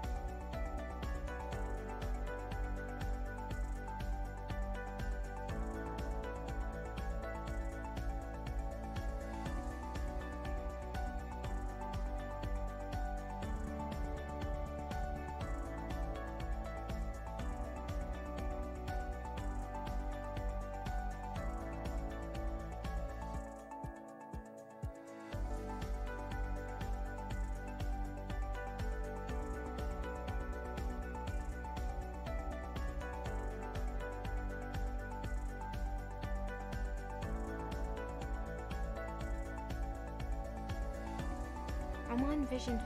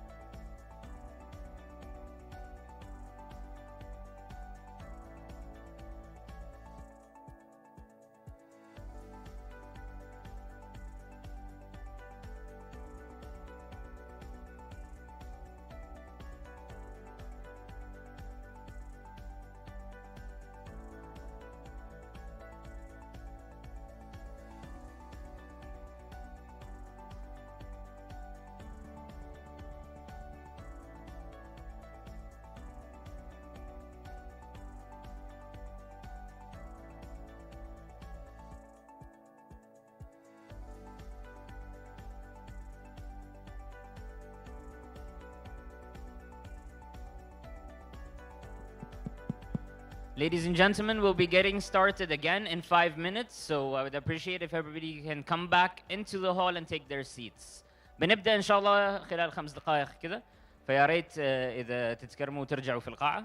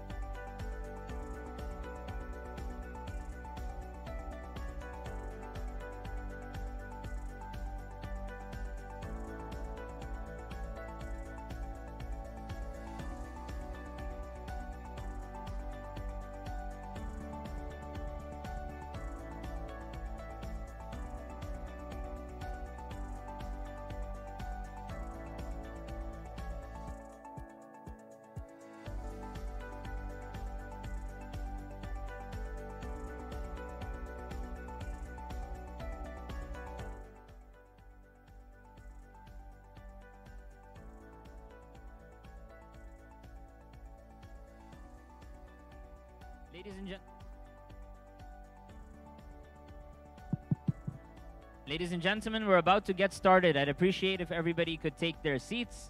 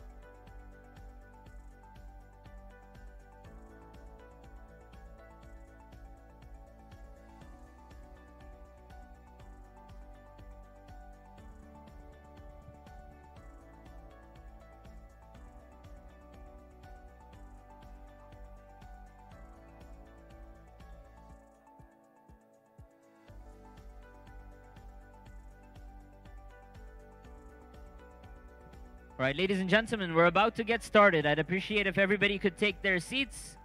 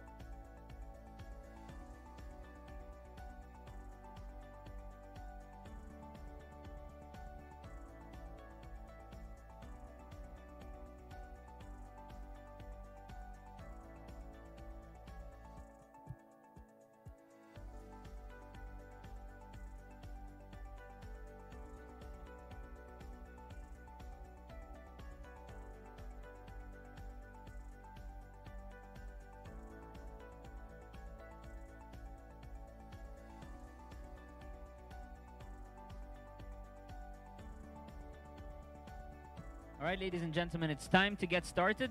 Dr. Lamia. Dr. Lamia, the stage is all yours. Please.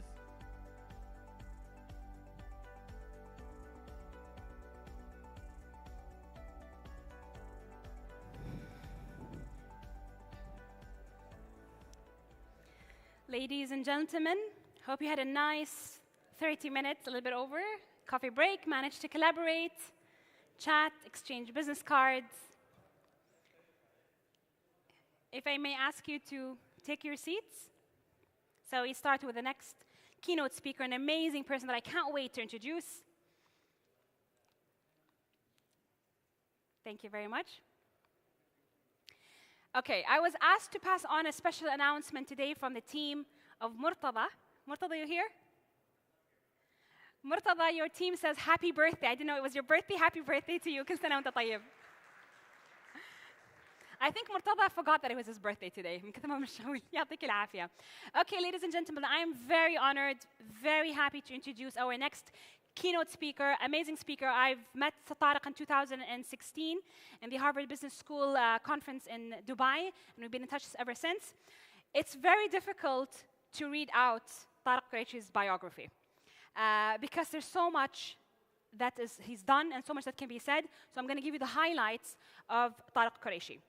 He's a futurist, international celebrity speaker, corporate CEO, finance, tech, and media professional, entrepreneur, and humanitarian. Currently the CEO, co-founder and CEO of Exponential and MAD Group, a future readiness and foresight platform which enables and executes transformational methodology and concepts to create exponential organizations for the future. He has worked in the top leadership roles for over 25 years, some of which in Dow Jones Markets, The Times, Sunday Times, and Bloomberg Media, where he helped launch Bloomberg in MENA and expand his outreach in the region. Today, he is leading a breakthrough advisory business focused on organizational and business transformation, both business and leadership at board and strategy level for mid-large organizations, which is his top expertise. As a global celebrity future speaker, he has done over 400 keynotes and 1,500 interviews. Wow, and I thought I had the energy. He has a degree in economics and is a Harvard Business School 1998 alumni, also board member and specializing in future and media content activities for Harvard Business School Club, GCC, and this is just to mention a few. Please do help me and join me in welcoming Tariq Qureishi. I'm looking forward. Thank you. Thank you very much, Lamia. It is really genuinely an honor and privilege to be here. I came to Oman just over 30 years ago, immediately after graduating, and my love affair with Oman has not stopped. It's over 30 years now. And every time I've come here, I feel a sense of connection, sense of humanity, sense of culture, sense of heritage. And these are some of the things we are going to talk about today. Your Excellencies, ladies and gentlemen, welcome. This is a 45-minute movie. And really, it is going to be like that. It's going to be very fast-paced. Enjoy it, be part of it, and hopefully we are going to learn a lot and have some next steps from it. Now, I will take your indulgence to introduce myself with a short video, which is around a 30, 40-second video, and you'll see the kind of crazy things I do normally get up to. And these are as follows.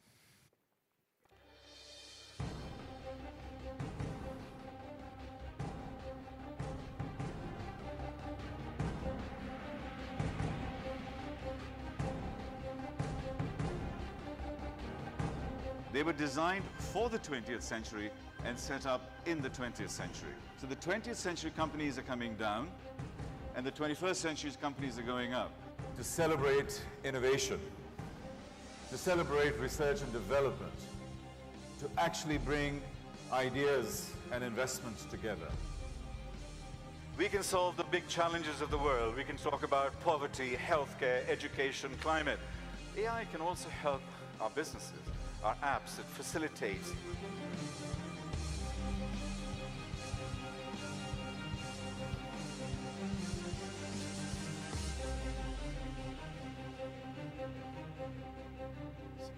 So that's a little bit about me, ladies and gentlemen.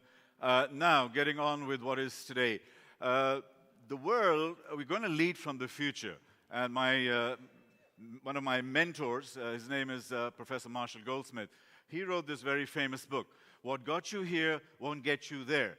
Your finance degree, your law degree, your accounting degree, your engineering degree got you to this point. It doesn't go there. The ladder is broken. The bridge has been blown up. And the sooner you realize it, the faster you will learn and move forward. We'll talk a lot today about green, about the green revolution and how that has to come together. What I want to talk about is sustainability being more profitable than our existing business models. Because until that happens, nothing will change. Because sustainable ESG will be a nice thing to do. It shouldn't be a nice thing to do. It should be the most profitable thing to do. Then everybody aligns. The world economy is growing massively. But today, ladies and gentlemen, is about inspiring all of us to start what I call the humanity revolution. We have lost our way. We need to find our way to become more human as we go into more technology. So, I'm going to start with digital transformation. Everybody is going through that. I was very surprised at the results that came out on the digital transformation because globally, over 80% of the CEOs believe they are not ready for true digital transformation because this drives societal transformation, which then drives our humanity, our personal, our own human transformation. So this is where we are as the world goes forward. So I'm going to do a little test with you guys. I'm going to put up a little picture for about 10 seconds. And I want you to look at that picture and see what you see. And then it's a little test, okay? So here goes. 10 seconds only. What do you see?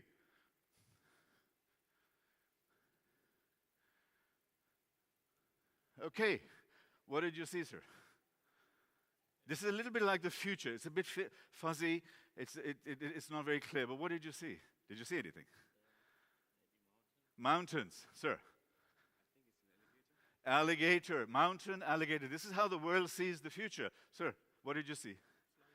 Flying saucer. Yeah, he's really gone off. Anybody else? Anybody who saw something specific there? Yes, ma'am. Sorry? You saw a child. Okay, you're a mother? Absolutely. Your mind is actually playing with yours. Actually, what it is, once I show you what it is, you will never be able to forget it because it takes your mind share. And this is like my job today is to show you that future. So this, ladies and gentlemen, when I show you, you will never be able to unsee it. Okay? Here we go. Here's a dog. It's a Dalmatian. Now, can you see the dog? You can totally see it. That is my job. My job is to show you this, and then in the mess of the world, you know where we actually are. And this is the job today. So as we look forward, let's look back 10 years. If you knew today what we know about all of the products that have been launched in the last 10 years, how would we have changed our lives? Completely, right? We use all of these things almost on a daily basis. Today, we are going to look at the next 10 years, give you an early preview of these kinds of technologies, and see how they fit into Oman, into your culture, into your youth, and so forward. So I'll give you a news bulletin from the year 2030, 29th of June 2030, and this is what's going to be happening.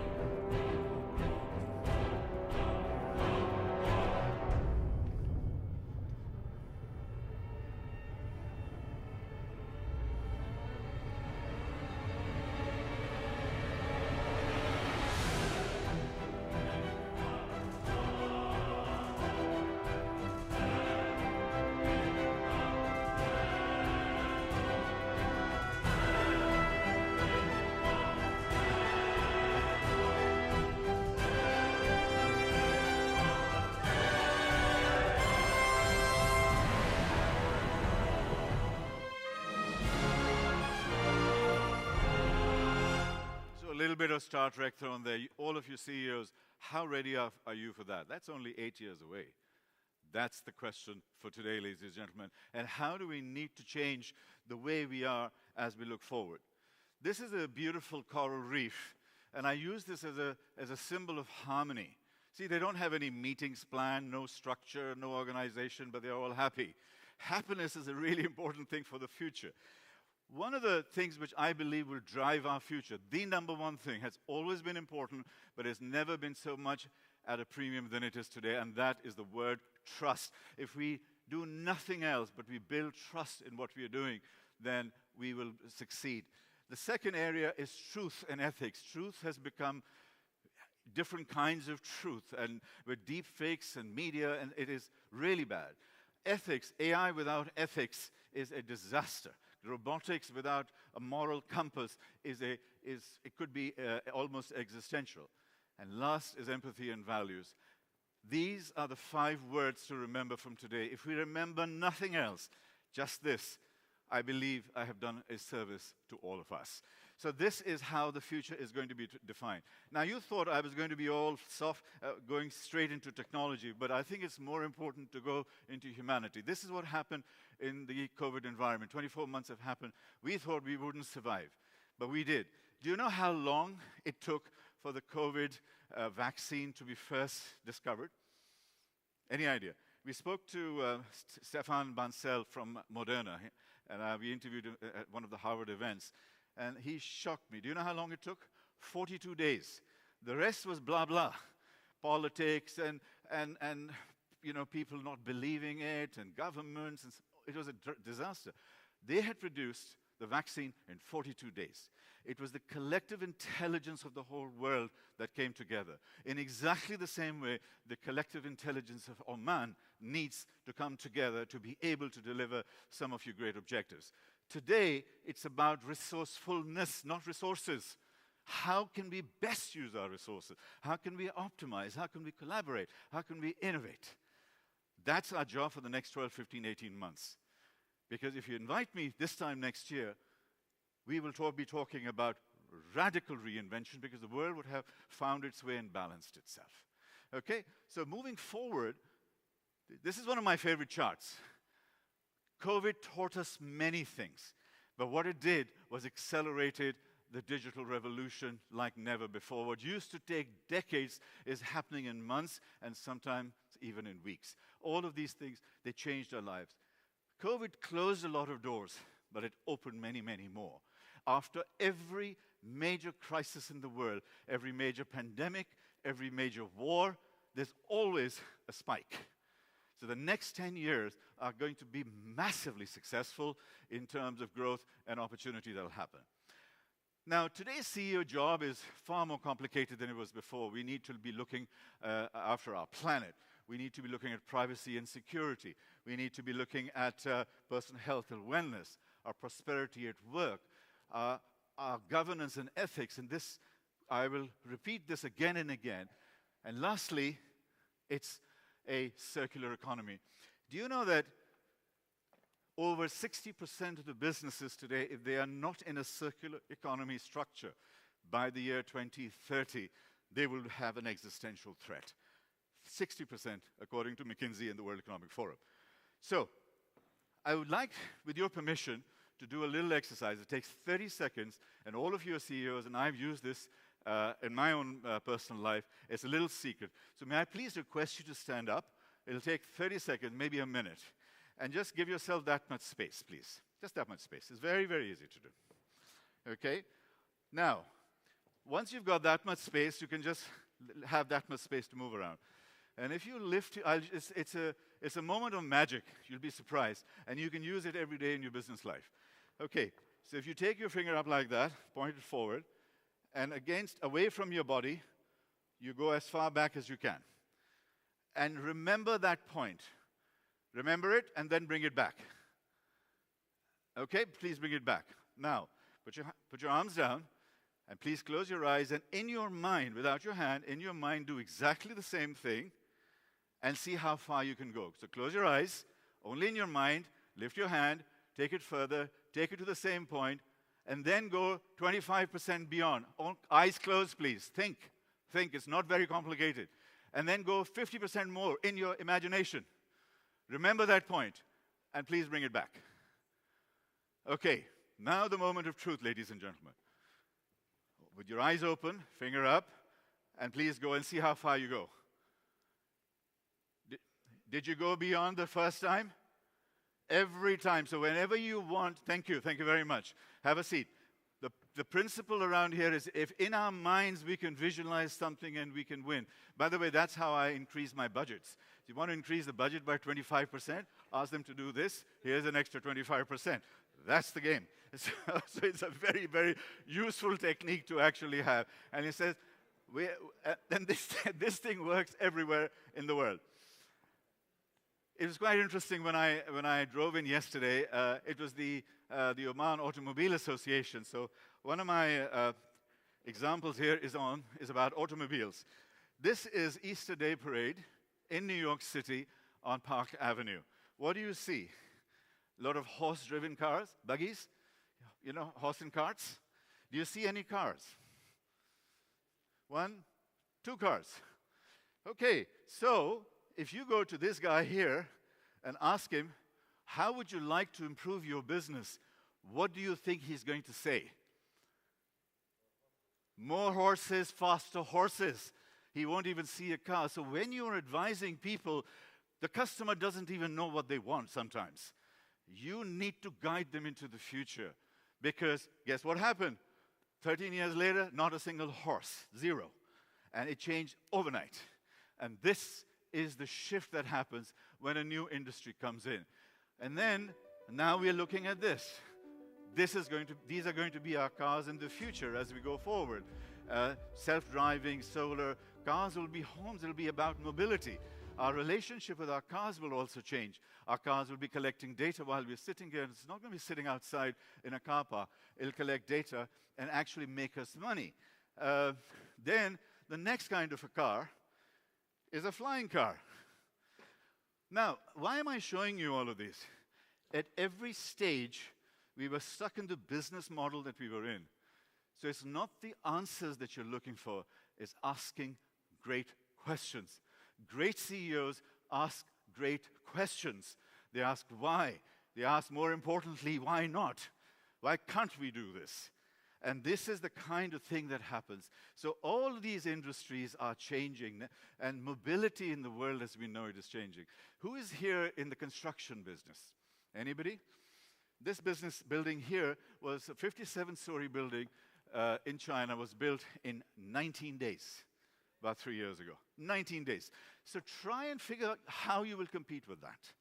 I was advising a construction company, and after I had finished my presentation with Accenture, And he said, the CEO came and said, we've been running for 19 years, and we have a 20th anniversary in 6 months' time.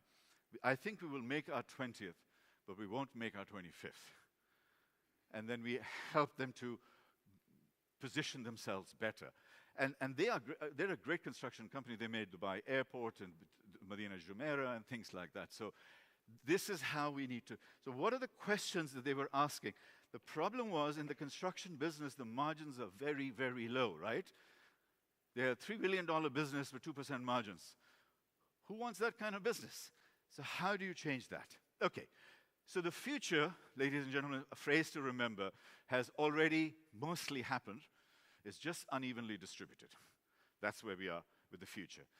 And just like we're driving a car, when we look ahead, 95% of the time, our rearview mirror is only 5% of the time when we slow down, accelerate, or change direction. That's the only time you look in the rearview mirror. Otherwise, you don't. What do you guys do as CEOs? How often are you looking? Oh, we used to do that 5 years ago. Oh, we did that 10 years ago. Oh, we've been doing it the same thing for the last 20 years. It doesn't work anymore because you're driving forward. Otherwise, you're going to hit the thing forward. And future is not a time. It's not 2025, 2030. It's a mindset. It's how we are different, how are we looking at our new mindset. Why is all of this happening? How many people know Moore's Law? Anybody? Okay. It is scary how few people know Moore's Law in this room because the entire digital revolution is happening because of Moore's Law. Moore's Law started around 60 years ago, just over 60 years ago, and what it talks about is that once a business, any kind of entity becomes information-enabled, it doubles in terms of processing power, and it halves in terms of pricing, in terms of cost. Double, double, double, double. So basically, what happens is that this is a chart over the last 100 years. So we can have wars, we can have pandemics. The 1919 pandemic is down here, and I gave away the next slide. But it's right at the bottom there. So basically, this is the digital growth and transformation curve that we are all. That's the reason why we're having digital transformation and technology. So may I just request you to write down in your every key word that you remember from the session, because at the end of the day, there'll only be 3, 4, 5 words to remember. But this is one word to remember. We think linear. The world is moving exponentially. So linear versus exponential. This is one of the takeaways from today. So if I walk like if I walk 30 steps, and each step of mine is 1 yard long, how far have I walked? How far have I walked, ma'am? 30 steps. How far have I walked? 30 yards? 30 yards. Okay, that's what I was looking for. So, okay, if I walk 15 steps, 1 yard each, how far have I walked, sir? 15 yards. Brilliant. Everybody knows it. Everybody understands it. Why? Because we are linear thinkers. Now, I'm going to talk about doubling. 15 doublings, how far have I walked? 30 doublings, how far have I walked? 1, 2, 4, 8, 16, 32, 64. How far have I gone? Ladies and gentlemen, 26 times around the earth.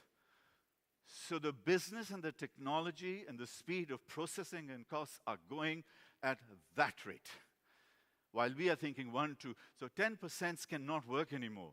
We have to start thinking 10x. So this is where we are. So in this particular slide, we are about here. About here. And because of that, just see what's going on. Our social, political, and business change is way, way, way, way slower than technology. So technology is going to literally diverge and get into a different place. And this is the challenge we have. So the past does not represent the present, and the present does not represent the future for the very first time in history. Because if you were there, past was good, because you knew what was going on. Now, if you are halfway there where the issue of time, at that inflection point, past is not relevant anymore. And I'll show you examples of what happens. And all of the industries, because of this, are being disrupted. Nobody can run away.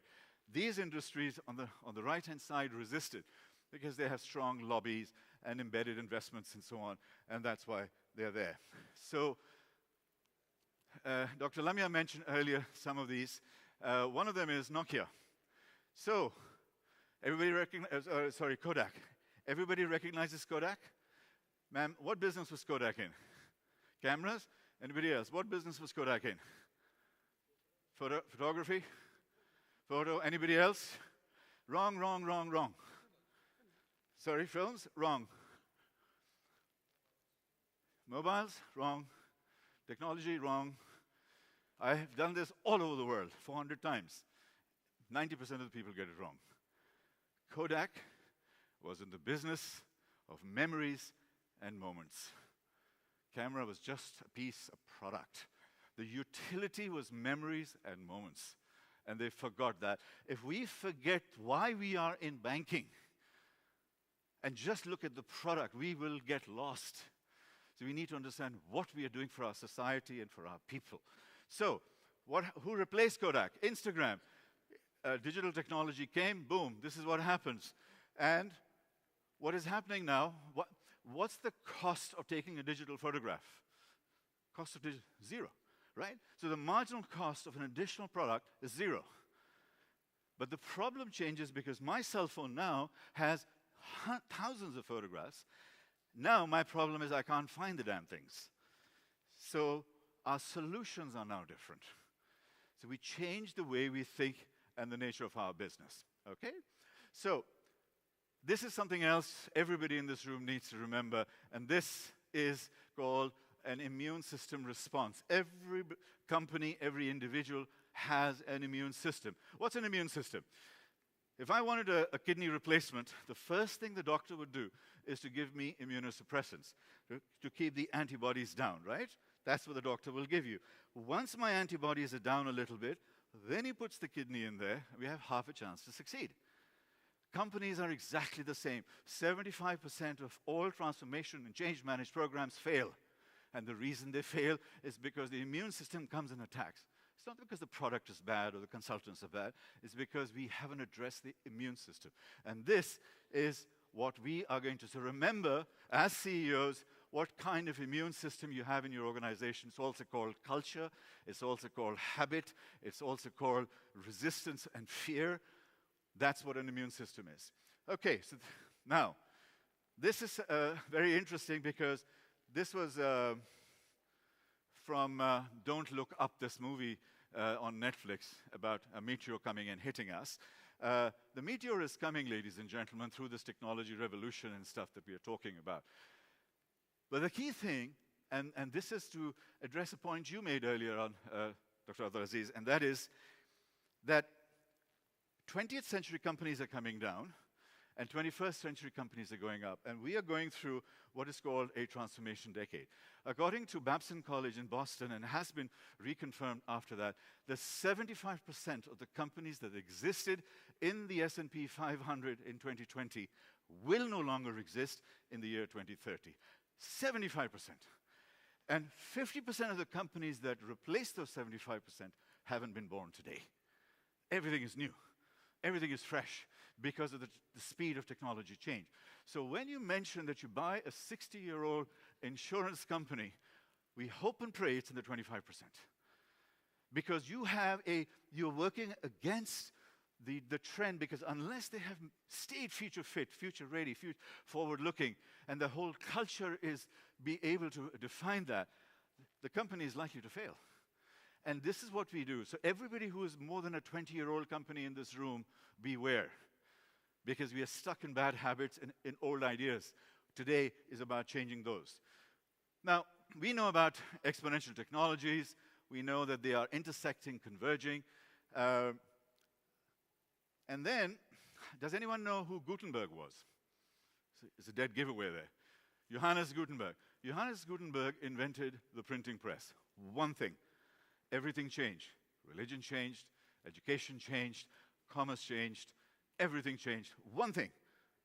Today, we have around 20 Gutenberg moments happening simultaneously, and they are converging. So can you imagine the change that we are going through? And that's why so many companies are going under, because they can't see that. So these are technologies that are affecting us on a day-to-day basis. A lot of people here are in the world of finance. Quantum computing, AI, blockchain, all of these things are affecting us on a daily basis. So, just to see whether you are understanding where I'm going with this, looking at the linear versus exponential and the doubling exercise, this is a very interesting example for Oman. And I did this at DP World in Dubai. So imagine, this drone is able to lift 800 kg and bring it that far today. A year ago, it was able to lift 400 kg and brought it up here, okay? It's doubled, correct? Understood the basic premise? So please tell me how much, and you can spend 20 seconds calculating this, how much a drone will be able to lift in 6 years' time, in the year 2026. Started in 2020. 6 years' time, today the drone is lifting 800 kg. Last year it was lifting 400 kg. How much does it lift in 6 years? Sorry, sir? 2,400? Yes, sir. If you got your calculator out, you're not getting it right because it's not through a calculator, it's the brain. Anybody? Yes, sir. It's multiples. It's actually 51,000. So think about it. And by the way, all the CFOs got it wrong. Everybody got it wrong at DP World. And I've tried it here in this country, and it's exactly the same. 50,000 tons. So you missed it by 1 year, right? So it was 816, 32, 64, 128, 256, 512. He got it 256. Now, if he was the CFO and he was the investor and he gets it wrong by 1 year, he's missed it by 100%. That's the mistake. So, sorry. And he loses his job. No, we're talking about mistakes and failure. All right, so when we are looking at Duqm Port or Sohar Port and whatever, why do we need to build ports? Because you could be on the ship in 5 years' time, lift this, and bring it to wherever you want. Why do you need ports in the same way as before? So the future business of ports is fundamentally going to change. You go to, China just bought out half of Sri Lanka because they paid $750 million for Colombo Port. It was a complete scam because all they had to do was to really clean it up and build a 3D printing and a drone delivery capability over the next 5 years, and they would be able to address that. Okay, so another one. We are in the oil. How many people here in oil and gas? All right, few. All right, World Energy Outlook.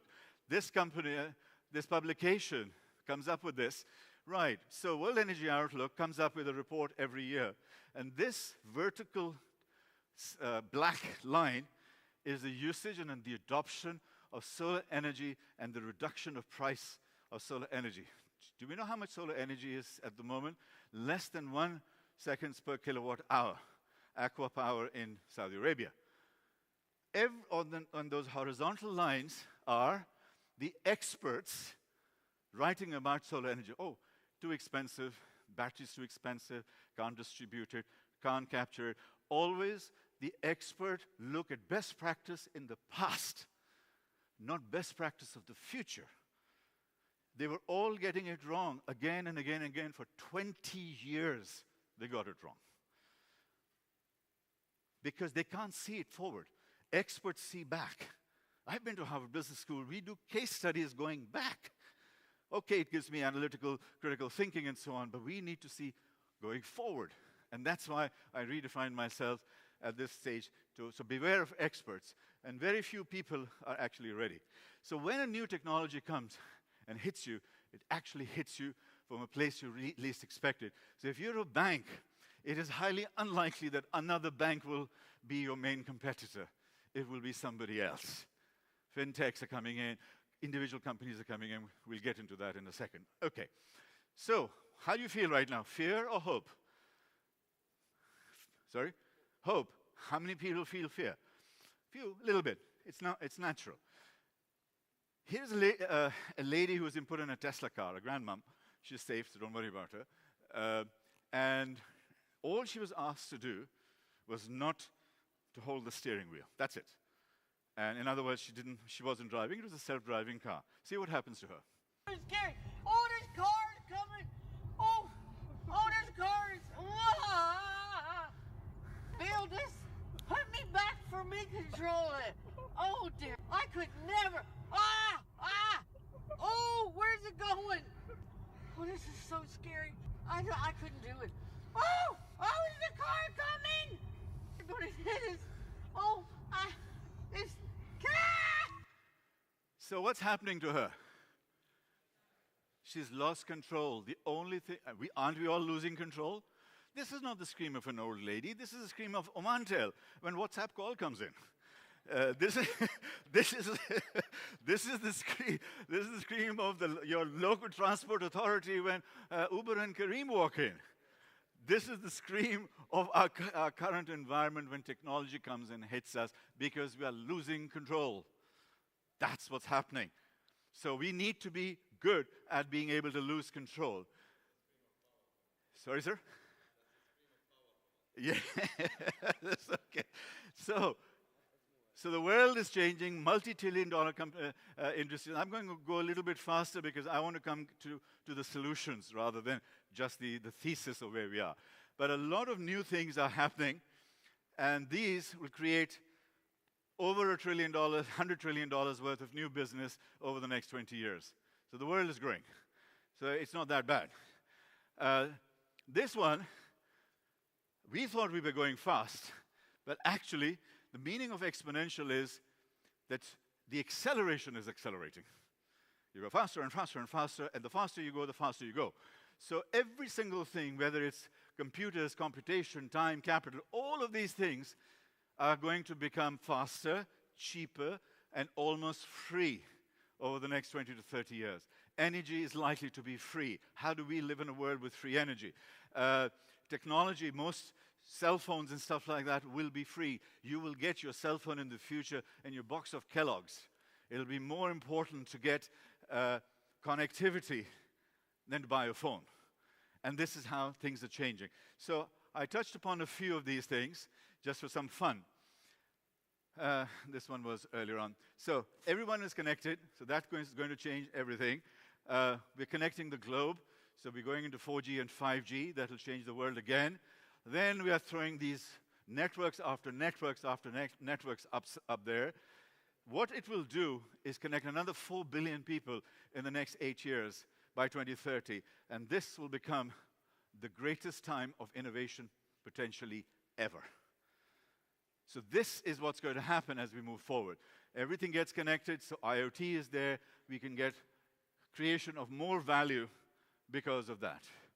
Now, let me stay with this. Human longevity and health span. How many people want to live forever or not die? How many people?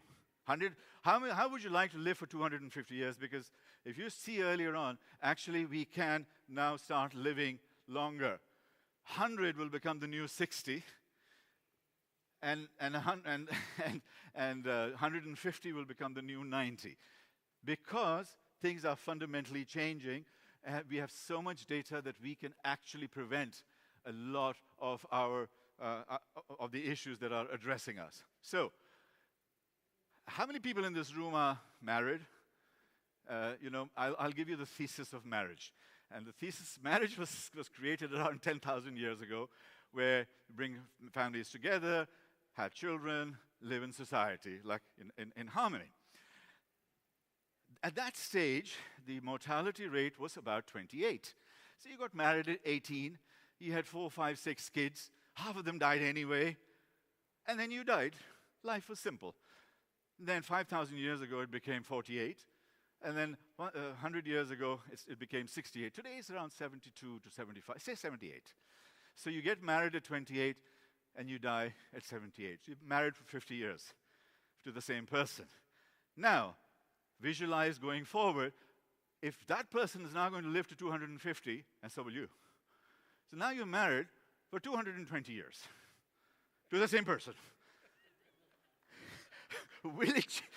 will it fundamentally change? Yeah, okay. Will it fundamentally change the game? Yeah. Will it fundamentally change the game? Yes, it will. And I think this is how we need to look at some of the new things that are happening.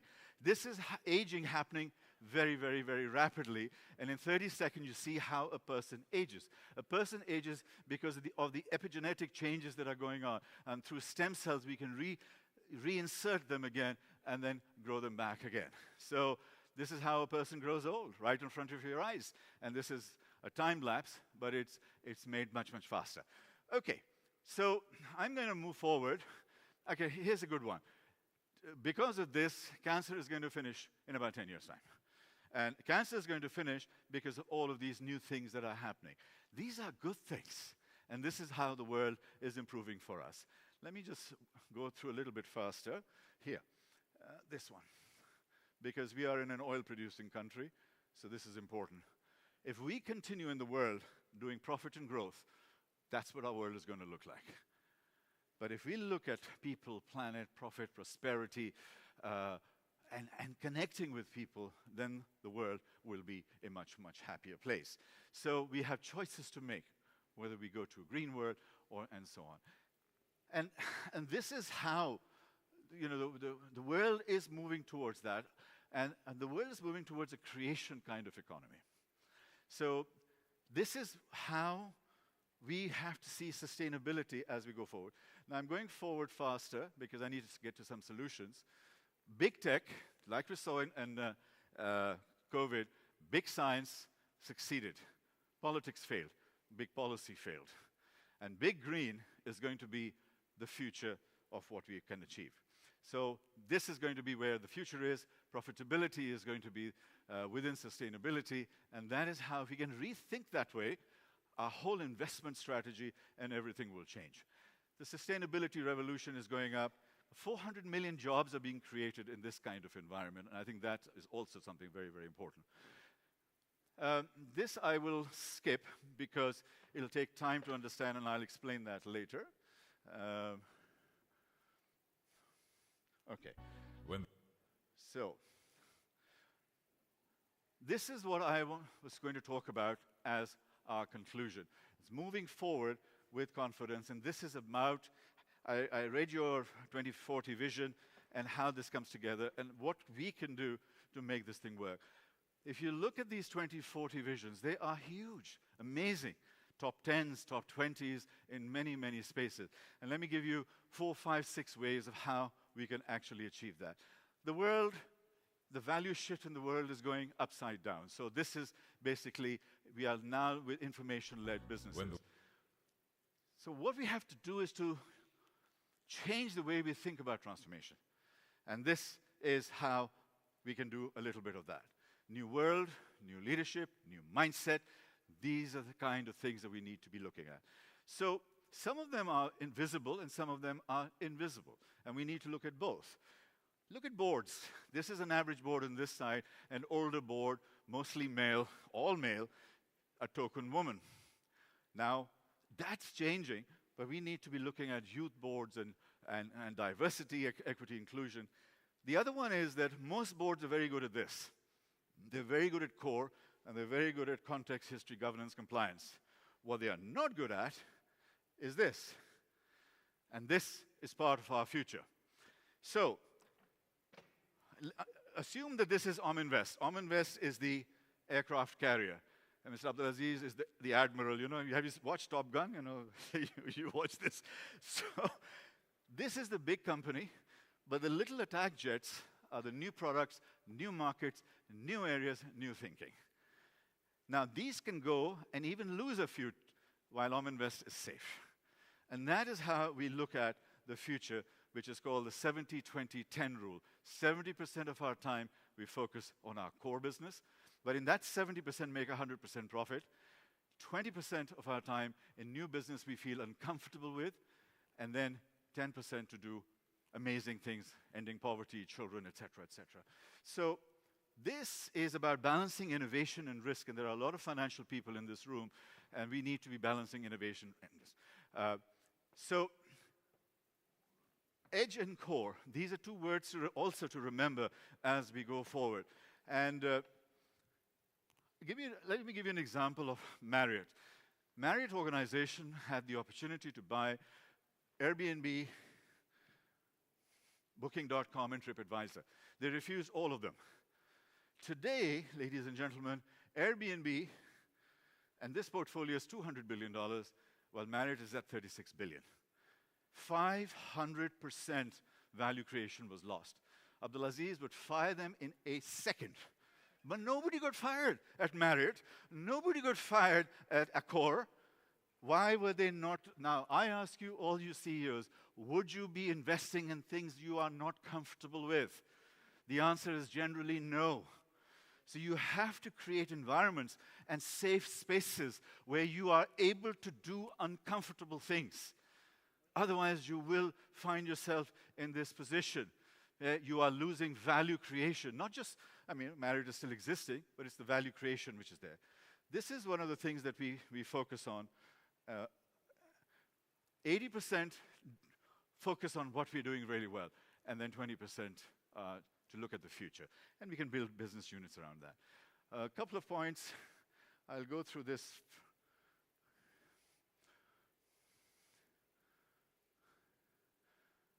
Okay. Since we're in the financial world, let me look at, there are only two things to go, and I'll finish. Vision 2030, the 10 golden rules of finance. This is going to shock, and by the way, it's not only in finance, it works across the board in all sorts of industries, but I thought I'd do it in finance. Now, rule number one is when we think strategy in finance, it needs to be behavioral, contextual, experiential, not product. We have to go back to basic principles, first principles thinking. What is banking? Just like Kodak earlier on, banking is store value, which is our account, transactions, lending and credit. Put a box, put it in the cloud, in your pocket, and you've got yourself a bank, correct? That's what Ant Financial is doing, I was showing earlier on. So the philosophy is around first principles thinking. Then, the future of banking is not banks. Crazy stuff, isn't it? Future of banking is in the hybrid utility, like memories and moments. And, sir, stop hiring bankers.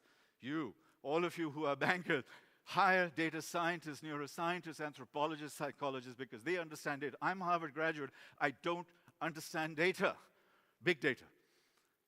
So what's the point of making me in charge of that? You need a young data scientist to do that.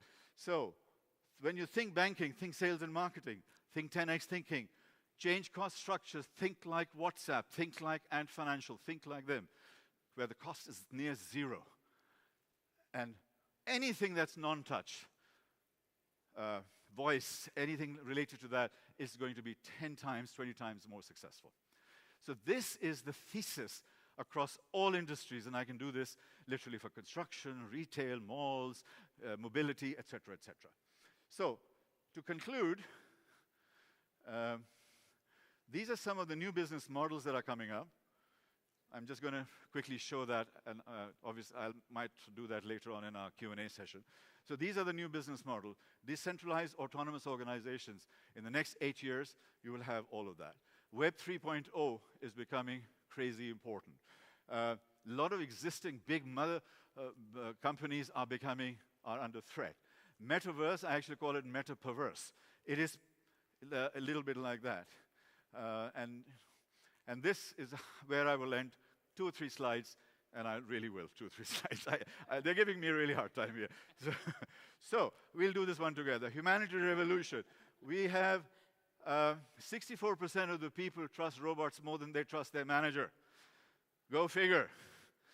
You know? And this number has probably gone up. Now, what is happening is that looking at jobs of the future, we need to be able to overlay it with artificial intelligence. And these are the jobs of the future where compassion and optimization is measured. Jobs at the bottom are gone. Jobs at the top are 100 times more valuable. So what I say is that anything and everything that can be digitized will be. Because it will be 1,000 times faster and 1,000 times cheaper. But anything and everything that cannot be digitized, love, harmony, compassion, heart, soul, culture, intuition, creativity, they cannot be digitized. they'll be 1,000,000 times more valuable. So build yourself around those to cover that. I will, this one, because all of us are leaders, I'll do this and a video and we close. Future CEOs are going to be this. Future leadership traits are not science and technology and stuff. It is, can you be comfortable with the future? Are you an innovator? Are you a catalyst for change? Can you think like a technologist? Are you a humanitarian? These are the categories for the future. And then our brain and our mind and our heart is the last thing left. And this is, everybody who's got a kid is scary, because what is happening is as we grow older, our sort of creativity goes down, right? Mostly, that's what we think. That's what the belief is. So here's a kid, 2, 3, 4-year-old kid, cute little kid. Do you think her creativity is high, medium, or low?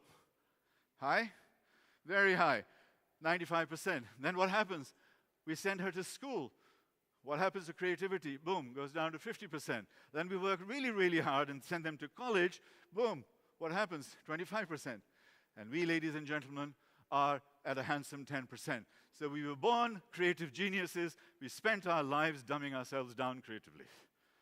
We have to be careful. And that's why we need young people to come in and be able to address this. These are the jobs of the future, degrees of the future. Take a picture of that. Everybody does. Because this is, there's no, so this is how we look at it. This is one of my reverse mentors. He's now 11 years old, Adam. And he keeps me honest. He keeps me thinking like a young person. Then, all of these great people were younger and crazy. For boards, Ms. Abdulaziz and all of the senior people here, this last rule is, it's called a 60-40-20 rule. And this rule is that 60-year-olds are making decisions, 40-somethings are executing, and 20-somethings are consuming. So you have a 2-generation gap. And that is what needs to be addressed. So mutual mentoring, taking on classes and so on is there. So going back to Oman, second last slide, and that is, this is CEO group here, our collective group. This is how we need to come together. This is how we need to fly together. I know it's a little bit scary. We're jumping out of a plane. We are jumping into the future. We are engaging. But this is how all of you need to work.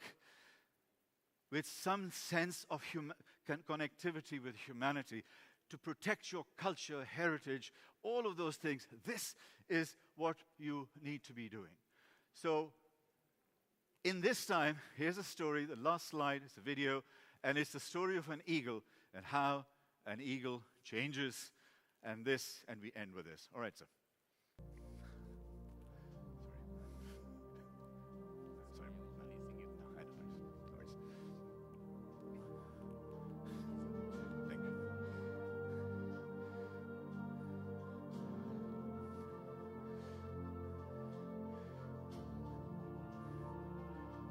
So imagine your life within this environment, your company's life.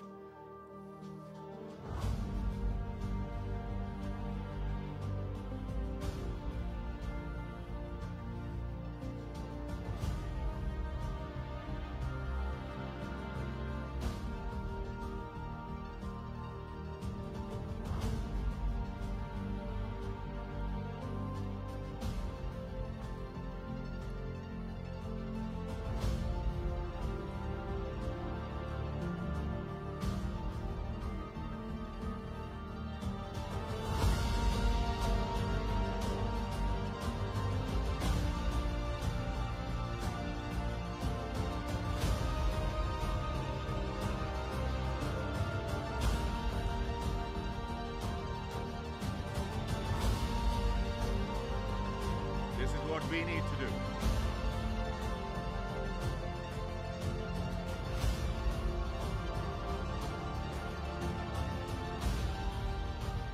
We need to break our beak. We need to pull our hands out. We need to learn new things.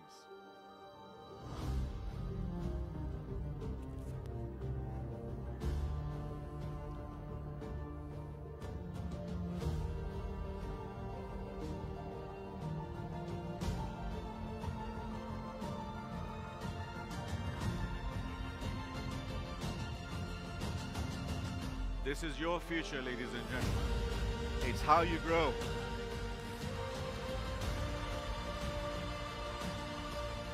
And you don't just need to survive, you need to thrive.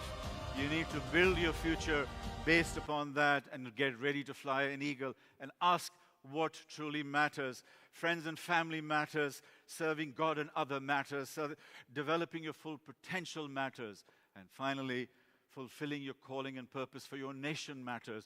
Fulfilling your meaning and purpose for your society, for the youth and the people. We have a wonderful program for disabled kids. That's what matters. Building a legacy for Oman and make the world a better place and be a catalyst for that change. That's what matters, ladies and gentlemen.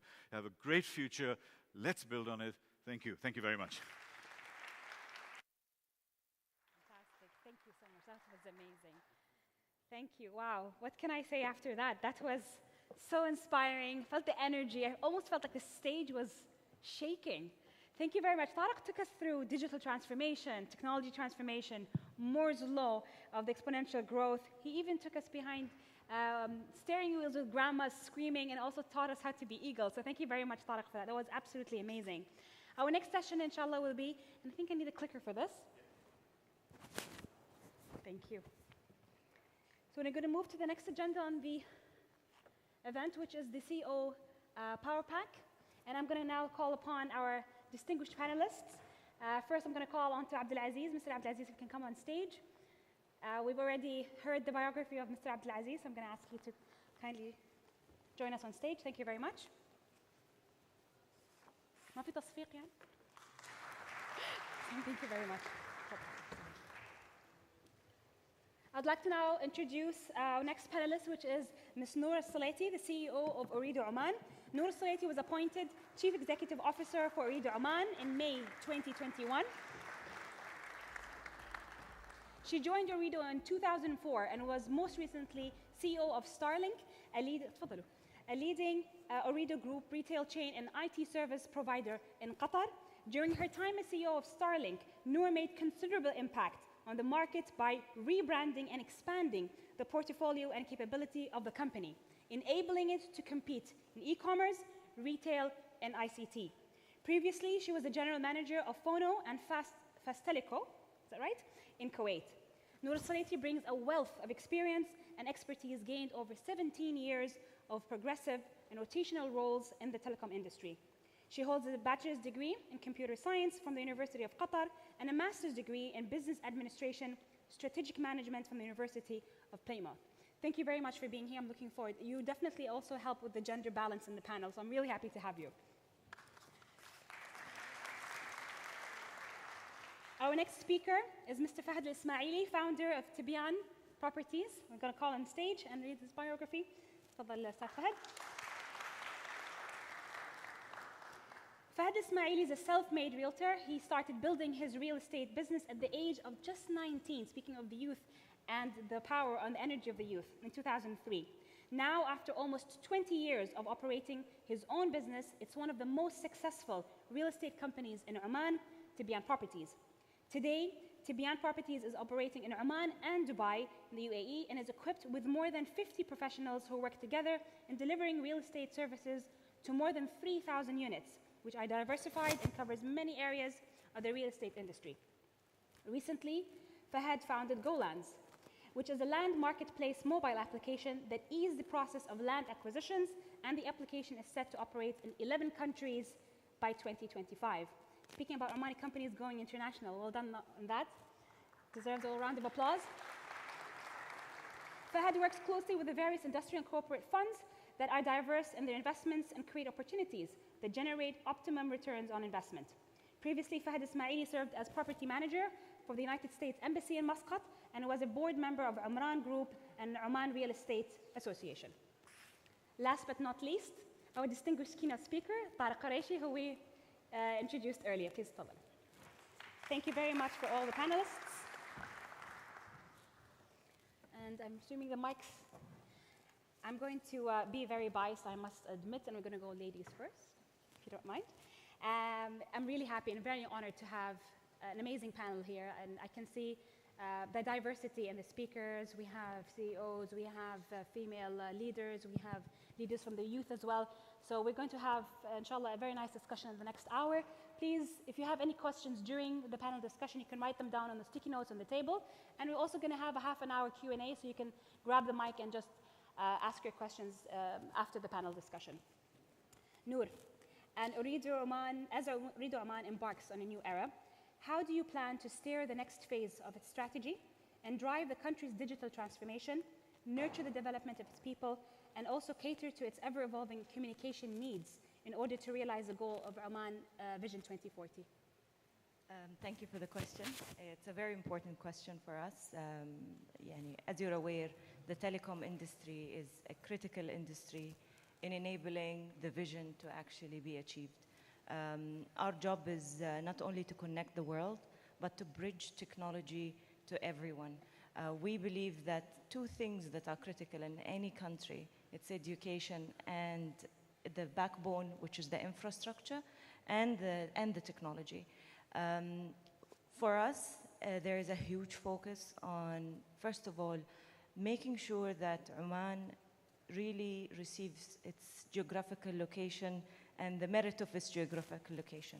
So we are geographically placed on the Indian Ocean, a fantastic place for connectivity, where we're actually right now investing in a big, let's say, sea cables for Africa, and then that will connect Africa to Europe and the rest of the world. With two large data centers that we're building in Salalah and in Suhar, and a landing station that will put Oman on the map, and we are going to be working really hard to put Oman on the map for both connectivity and also for the hyperscalers like the Amazons and the Google of the world, to see Oman as the location which will harvest new innovation and new connectivity.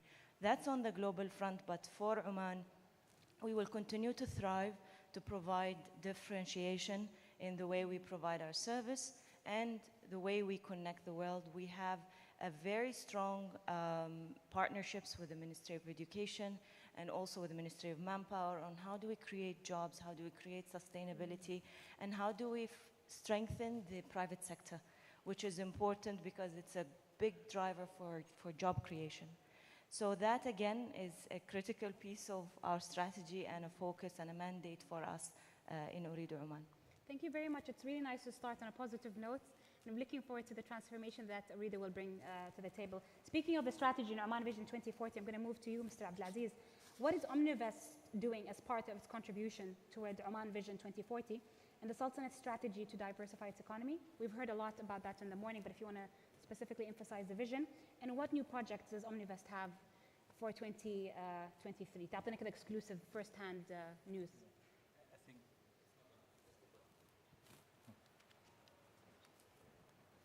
Hello. The problem is that when you have a futuristic person coming and give very inspirational presentations, then very, very difficult to inspire people. So I am a very realistic person, so I'm going to be very, very down to earth. I'm going to talk on the area where I think the quick wins that we really believe that not just Omnivest in terms of contributing, but all of us. I think we have a big plans in Oman, and we are full of ideas. And I think if you ask anyone what we should do, everyone has those ideas. And if you look at the Vision 2040, it's very excessive, it's very inspirational. But I think one of the key area where most of the time we fail is its implementation. So for us as Omnivest, we believe that probably we should look at a very small area. We cannot provide all the solutions, but we focus and we work very close with the government in terms of implementation of its visions. And we work on certain areas where in employment, in future skills, in financial inclusion. So all this area, we believe that if we all contribute a little bit part of that, then we'll be able to reach the goals which we want to do for Vision 2040. So I think if I want to criticize ourselves, it's more how fast and how effective we implement our goals. So we're in the right direction, but we need to check our speed. We need to check our speed, but also how effective we you know. We talk in the morning, walk the talk. I think that's the key. Which brings me beautifully to the next question. I'm going to move from the realist to the futurist in this question. You said, you know, let's get real here, Tariq. So, Tariq, I personally heard a lot of talks on, talks from you and recent conferences, leaders at Davos, and from yourself, of course, on the topic of transformation. It's been a very, very hot and trendy topic globally. To make this conversation more real, let's say, and approachable for all of us in this room, can you tell us what can be done tomorrow morning in order to achieve the transformation that we're looking for the organizations? I think it's a very valid question. If you remember, I mentioned the 70th 2010 rule. That's actually a very good starting point. I've advised a lot of governments and large banks, financial institutions, and others. And that becomes a very interesting framework to start with. So 70% of your time, resources, attention, you focus on your core business to optimize everything and anything that moves. Rather than efficiency is very yesterday. Optimization, the best possible way to do it is what we need to do. So that's the first thing. So we create that environment and change the culture in terms of enhancing our productivity and profitability based on that. That's your 70%. The 20% is going to build your future. There are various techniques we can do. Hackathons, we can create shadow boards, we can create sandboxes, business units, and so on. And you mentioned, Mr. Abdulaziz, rightly, word experimentation and building. We need to be able to have one metabolism for our core business and another faster metabolism for our edge businesses, because these edge businesses are like the society and the market out there. Because these rules won't apply here. So hire people that you're uncomfortable with. Hire people that are 10 times younger than you. Engage with ideas and projects. I actually have a no list. All the things you and your board say no to, please make a side list as a practical hack that you need to do. In amongst those, for 3 months, all the no's will be from top to bottom. Write them all down. And 2 or 3 of them are going to be the Airbnbs and the Booking.coms, the ones that you miss. We miss because we have filters. We have our immune system. So that's a practical suggestion to actually start getting into the game of changing organizations. The other one is quite critical, and I unfortunately didn't have time to show it, and that is metamorphosis. If we are caterpillars, and our young people, young Omani nationals, they are the caterpillars who are eating and learning and so on. They can become faster. A butterfly is not a fast caterpillar. A caterpillar has to completely recreate itself to become a butterfly. It actually liquidizes itself to become a butterfly. So what we need to do is to encourage that kind. You mentioned failure in the morning so many times, and I call them learning experiences. Those are the kinds of things that we need to basically bring on board. So simple things like that need to be done. But if you can't do it on your mothership, do it in your small jets. Create new things around that. And those will take off. And I promise you, if you do it well, your edge businesses in 5 to 7 years in the doubling cycle will be bigger than your core business. Thank you. Thank you very much, Tariq, for those insights. And as you were describing the caterpillar and the butterfly, I was trying to define Fahad. Is he a butterfly? Is a caterpillar? Is he a butterfly that is actually taking care of caterpillars in his company? Which takes me to the next question. Fahad, you are a young Omani entrepreneur. We're very proud of your achievements. You've started at a very young age of 19, and you've came out of a lot of challenges, difficult times, and you've made it, both in Oman and outside. Congratulations on expanding to the UAE. Inshallah, many more to come. There's been significant progress in the real estate industry in Oman recently, and the emergence of these strong Omani companies and highly qualified and skilled professionals like yourself. Fahad, you sit on a panel today as a young, successful founder of real estate industry in Oman who recently expanded in the UAE market. How do you navigate the challenges you faced to achieve Tibyan's growth and expansion?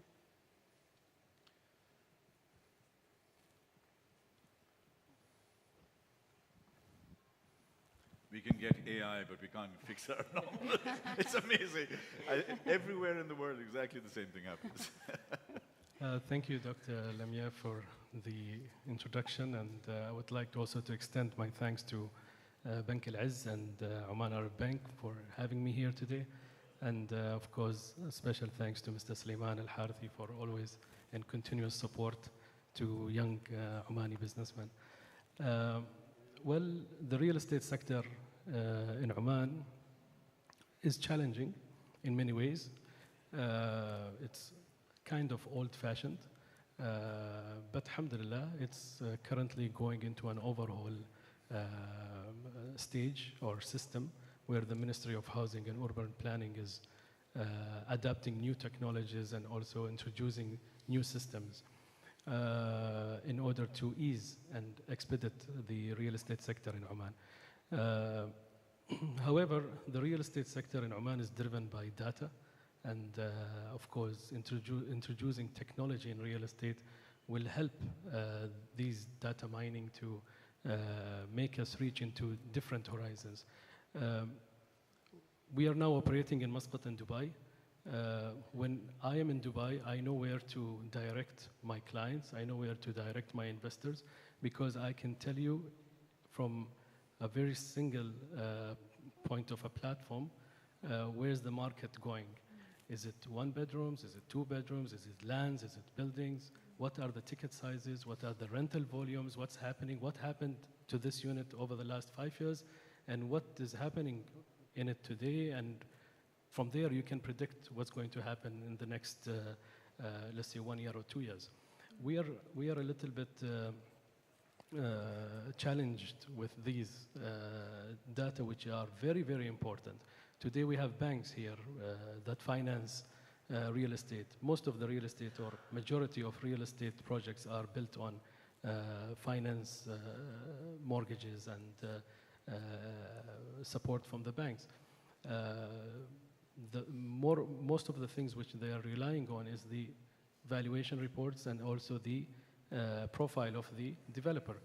That is not enough anymore. As we saw in Mr. Tariq's presentation, there's a lot of things there that has to be clubbed together in order to reach to knowing your client in the better way, knowing the potential of this project in a better way.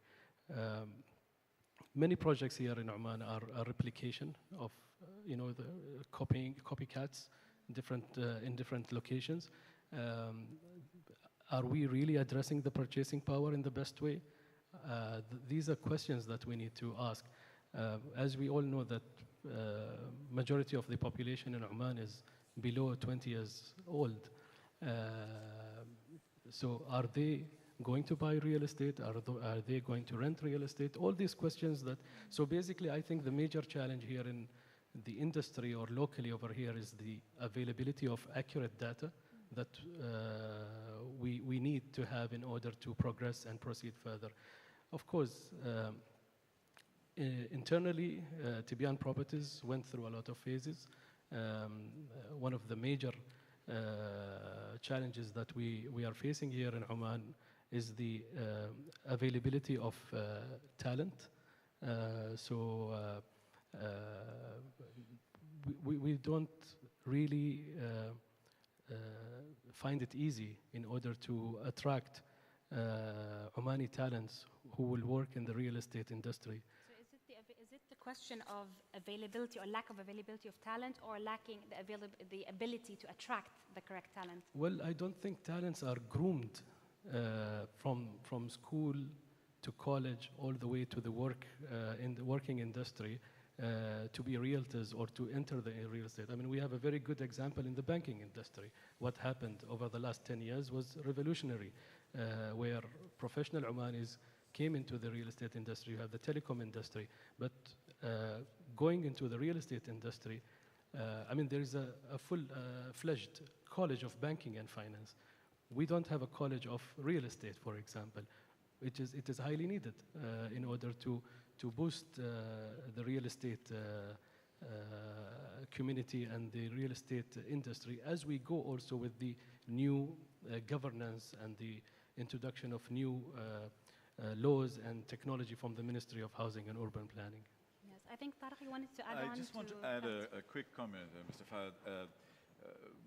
As I was working with some construction companies, one of the things that they were missing was building with the future in mind. They build with the present in mind. So I walked in and they said, we are building 12,500 car parking spaces, and this is Dubai Hills Mall. I said, why would you have 12,500 car parking spaces? They're bigger than Dubai Mall. They only have 12,000. That's the criteria to measure. Then they took me to the roof, and there's a huge, big roof, almost a mile long. Well, I said, is this your drone landing pad? He said, what drone landing pad? So I said, in 5 years' time, you'll have self-driving cars and drones flying in. Are you building for today, or are you building for a longer term? So I think the real estate business has to look into where the trends are, where they are going. And in the end, what we ended up doing, they changed the air conditioning positioning and made that a future landing pad. And 10,000 of the 12,500 car parking spaces, we did a workshop to create hydroponic farming. So from farm to fork happens all in the same place, within the same mall. So bankers need to evaluate real estate people with that in mind. Like, are you building for 10 to 20 years, or are you building to sell now? And this is the kind of challenge I think you must be seeing. Yeah, probably, and this is where I said that the banks need to look into new ways of knowing their clients instead of just their bank accounts. And otherwise, he'll only be looking for faster horses, you see. They will not be looking for the car. And I think that's where the challenge is. And now putting all of this together and going back to your point, before moving back to Noor, your question, I'm going to pose a question to all the panelists. Because we were talking about talent and the availability of talent, and also most of the companies, which is very natural, looks for type A teams, the best talent. And I'm going to share a study and a thought, and I'm going to capture the thoughts of the panelists on this statement. So much has been discussed about how to motivate and keep your top talents, with good reason, of course. Research has shown that the best employees outperform average workers by a lot. High performers make big contributions, and they deliver outstanding results. So it stands to a reason that a company with a higher share of top performance would also outshine the competition. Now, having said that, some thought leaders and CEOs have challenged the conventional thinking about holding on to their best people. And by doing so, some of the greatest world CEOs achieved extraordinary results. Rather than putting resources in keeping their stars, their best performers, they actually trained their sights on creating what is called a strong talent flow within their organization. So rather than focusing on keeping the best people in the organization, they focused on how do we actually create a talent flow within our organization. And more of their top workers actually wanted to stay. So the question is, developing a strong talent flow strategy can yield a more dynamic workforce and usher new ideas and share perspectives, making your company more resilient and successful in today's choppy markets and over the long term. My question to the panelists are, and this doesn't have to be in any particular order, so if you're happy to just jump in with the answer, I would like to ask your thoughts on this, on this, and has your organization actually worked on a talent flow strategy? Noor. Actually, I wanted to comment on his point. Alhamdulillah, in telecom, I am very, very proud to say that we have above 93, 94% of our 1,000 employees being Omanis. And not only this, they are actually high in demand. I see my competitor sitting here. He took a lot of my employees. And we always keep saying, actually, that it's like a school. Telecom is a school. And I was here working in Oman a decade ago. And I must admit, like now being back in Oman for the second time, working in the same company as the CEO, I am very proud of our workforce. And always we say in telecom, it is the most specialized jobs that we actually require in our sector. And we are very proud to say that they are here. And there is a big competition on who keeps them. So a lot of them go to Omantel, I bring it from Omantel, they go to Vodafone, and it's a big flow, which, by the way, we never stop anyone from moving. If someone is going to go and get a better job, we actually really appreciate it.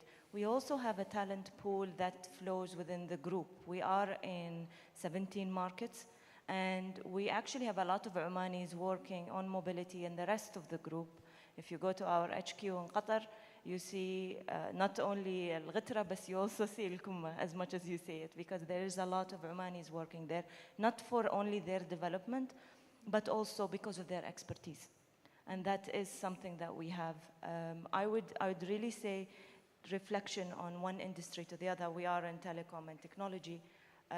If we are able to provide a whole generation and a whole workforce and a whole sector of very talented, qualified Omanis, in the most difficult probably of industries, I think you can do it in real estate. So, يعني ما عليهم قصور. The education is really high, everything is available, and it's just a matter of ensuring that the opportunities are there.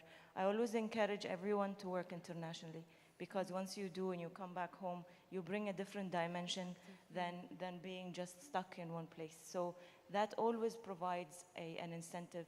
I see right now, for example, certain nationalities where I see the big consultancies hiring them, Omanis and Bahrainis, for example. You don't see Qataris, Kuwaitis as much, but you certainly see Omanis and Bahrainis going out of their comfort zone, working in international, consultancy. So it's just a matter of harvesting the talent and being open to letting them go, and always investing in the new generation. So that's my view. Thank you. No, I was very captivated by your answer that I've actually just thought of a question now that linked. I remembered the examples of the CEOs who encourage the culture of failure. And I'm wondering how, because when you deal with this talent and when you deal with the youth, you do expect them to make mistakes. What's your intake? What do you say about, how do you feel about mistakes in such an important and technical? I always say fail fast, but fail. Because if you don't fail, then you won't figure out what's the right thing. But move very fast from that failure, and also create a culture where it's okay if you did not make it. Because in our company, for example, we have this environment where it's actually a very competitive market. So you will always launch something and it might not be the right thing, and you need to come back and then you fix it and then you do it again. So having that culture of fail fast but don't stop trying is critical to business success. I'm looking forward a lot to what Ooredoo will bring on the table in the next few years. I'm very optimistic. Going back to the same question of the talent flow, can I ask the other panelists to share their thoughts? Again, this is working. For us, being an investment holding company, I think talent flow is part of a DNA within Ominvest group of company, and then even going outside. I keep joking with my colleagues that the problem is that I don't get people leaving very frequently. So the attrition rate is very, very, very high. We believe that when you let a key person, especially the bright ones, the leaders, they become your ambassadors. They represent you in other organizations. They really help you in building your brand. And most of them are Omani in any way. So if you don't have to be stingy to share your talent stuff with other organizations, because they improve the economy, they improve yourself. But again, you create opportunity. They can work with you, not necessarily being in Ominvest, but can be even in other company. Of course, some of them, they bring opportunity. They bring their company to Ominvest. So for us, I think we really encourage that, and it's really part of the DNA of Ominvest Group. That's definitely a beautiful DNA, the concept of sharing the talent, and it's all in the country. It all serves for the same purpose, which all feeds into the development of the country, which is a very positive. What are your thoughts, Tariq or Fahad? After Yusuf, please. Is the mic not? Okay. Of course, Tibian Properties is a small real estate company, but alhamdulillah, we do have just a little bit over 50 employees, where 83% are Omanis. But when I was talking about the difficulty of finding talents, it was more talking about the whole industry itself, not a particular company situation. Alhamdulillah, we retain our employees. I remember back in one of the experiences that how we retained our professionals during the COVID times, when I had a discussion with my CFO and currently the CEO. I'm no longer CEO of the company, so he used to be the VP. And we had a very long discussion about how can we sustain the way forward during these difficult times. So their thoughts were more about reducing costs, reducing salaries. As they were talking about how to reduce cost and cut down salaries, or maybe also to the extent of firing some employees, in the back of my head, I was thinking about Dubai office. I was thinking about our new headquarters that we're going to start constructing very soon. I was thinking about how the new headquarters will fit around 120 to 250 people. And I just said no. So these are one of the no's, the good no's, which I said during that meeting. And instead, we sustained and we promoted, and we also went to the extent where we increased some of the salaries of some of the top achievers. We gave them special KPIs for that special times. It was a 6-month KPI targets that they need to hit during that difficult times, and whoever was able to achieve. Alhamdulillah, as a small company in 2021, we did just over 27 million riyals of sales. The first 6 months of 2022, we have crossed 13 million riyals of sales, and we think that we are going to cross 30 million riyals of sales this year.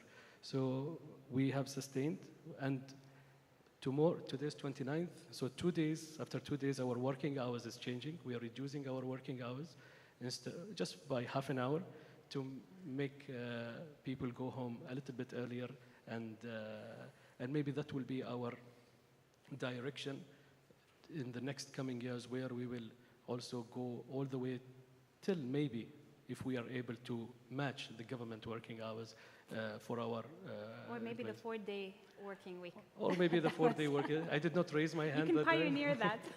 But we are working towards that, and the use of technology. We introduced a lot of technology. As you enter Tibian Properties office today, you'll see a nice touch screen over there. It's called the Happy Client meeting. So we did it only for the last 6 months, and we realized that a lot of time is wasted on meeting clients.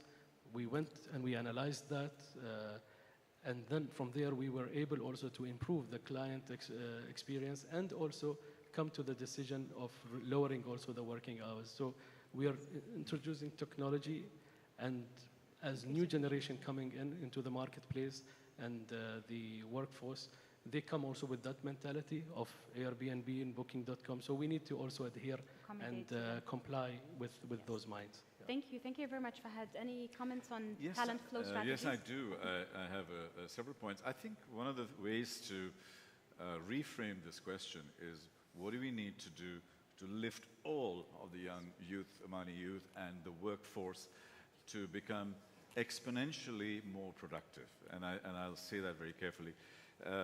So your comment about failing fast, Noor, was I had what I call the 5 F's of failure.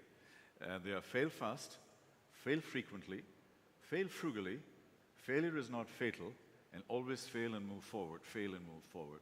So these are my 5 F's of failure, and we need to find a way for experimentation.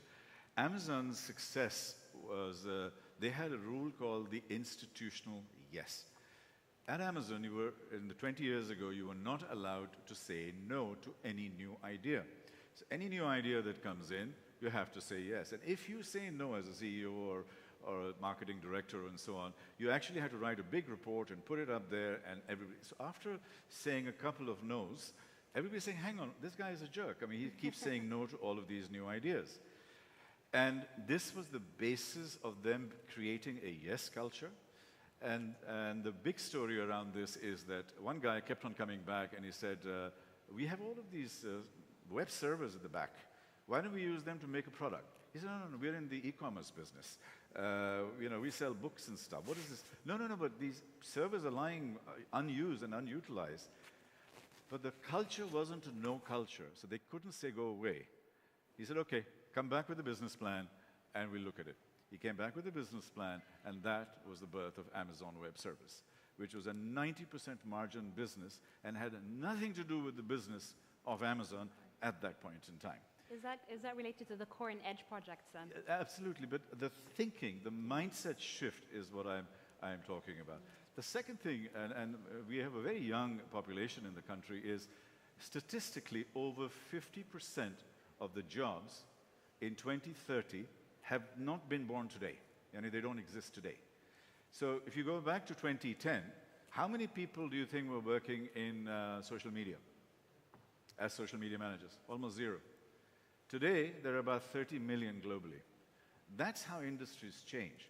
So new jobs are going to be created. So as we grow the youth of Oman, we need to build them present, future, and lift the economy to fulfill those goals. Because it will not happen incrementally.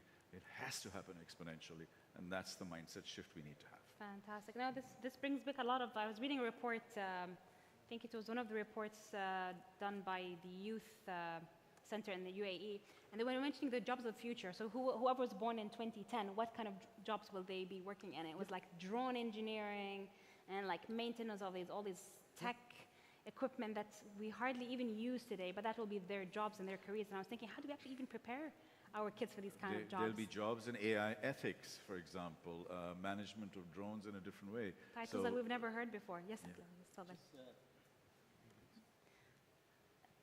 Just a caution, and I'm always say that I'm not 100% futuristic.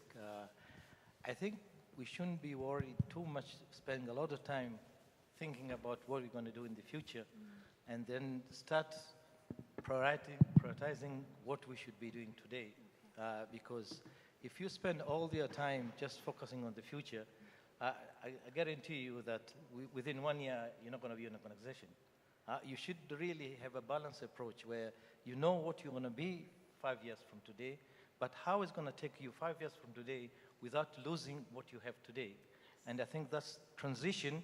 It's more important than just thinking about I'm going to do 100 of this in the future while not knowing that what I should be doing today to reach that level. So I think when people are, I have these meetings with the team, and all the time we say, okay, we're going to spend this much because we believe that this is not going to be relevant in the future. But you need to be relevant today. So in order to be in the future, and that's really balancing, it's very critical when we run our businesses. That's the 70%, sir. Yeah. That is the 70%. You stay focused, optimize, make the money, 100% margin, and then put 5%, 10% on the side to test things. Because without those tests, we'll only grow 5-10%. And in 5-10%, as you can see, those companies just kept on coming down. So just to give you an example, I mean, within Ominvest, we have 5% of our assets are to do the things which is with the future. Okay. And honestly, I'm not the one who makes those decisions because I will not approve any one of them. They're not based on cash flow. They are not based on anything realistic. So there is a young people, there is a completely new generation who approve that 5%. And that's the beauty of having this blend of futurist and realist, and and having that balance between them. I was just marked my 5 minutes, although I have some nice juicy questions for everyone. But I'm going to ask everybody to just be very brief in the answer because I really want to go through as many questions as I have. Noor, back to you because I see you as an inspiration. Having, the global leader, female representation in global leadership is less than 20%. Having an Arab role model, young female in a C-suite is really inspiring for us.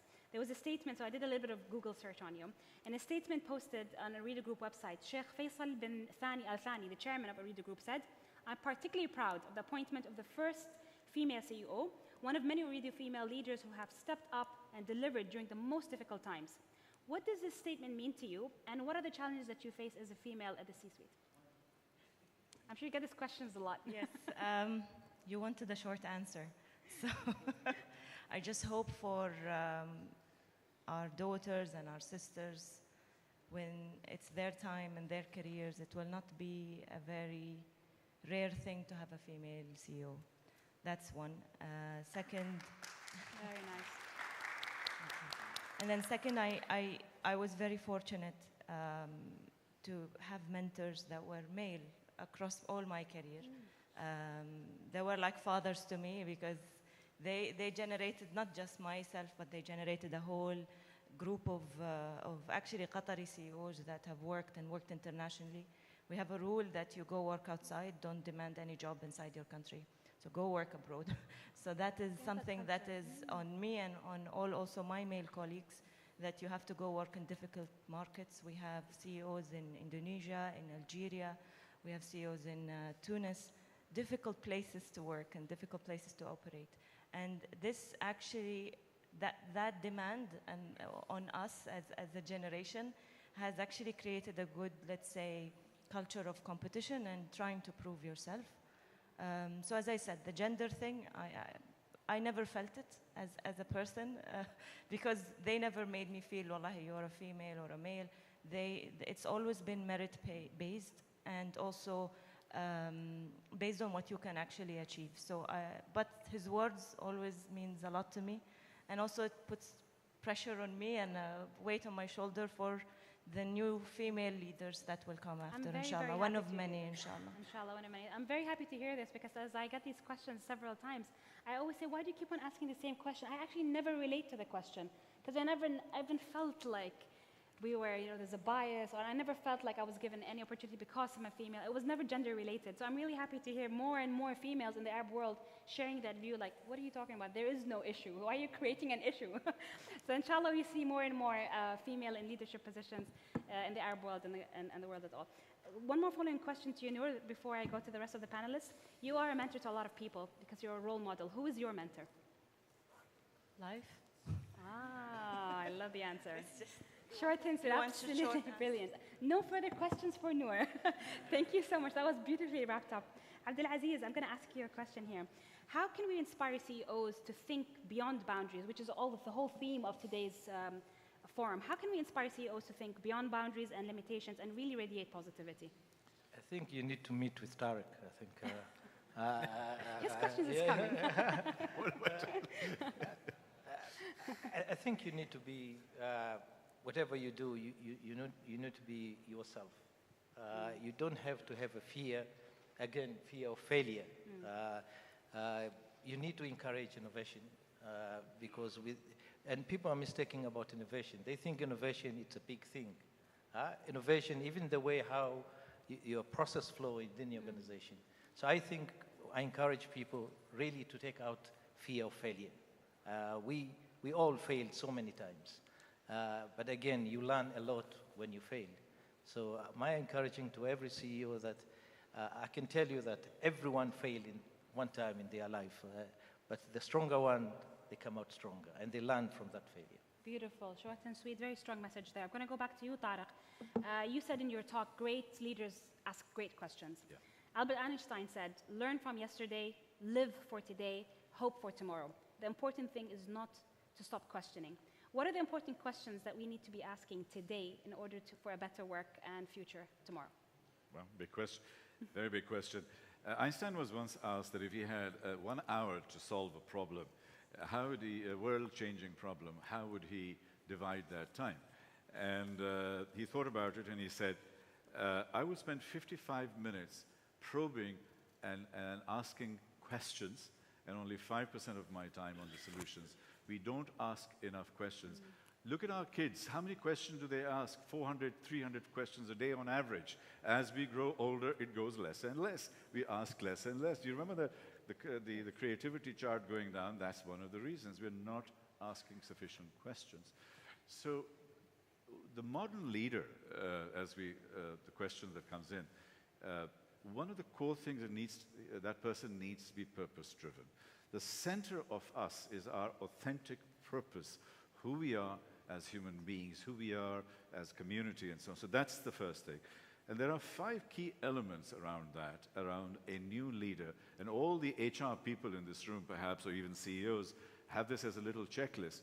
The future leaders are not going to be on whether it's a degree in science or this or that. You need to ask them about their ethics, about their vitality, about their flow, and how it's linked to their purpose and what makes them tick. So the kind of new training and new development that we need to do is on the human skills, That's what I call the humanity revolution. All of the attributes of empathy, compassion, harmony, common sense, all of those are human skills, because as the machines become faster, we need to become more human. If we try to compete with machines, we will lose.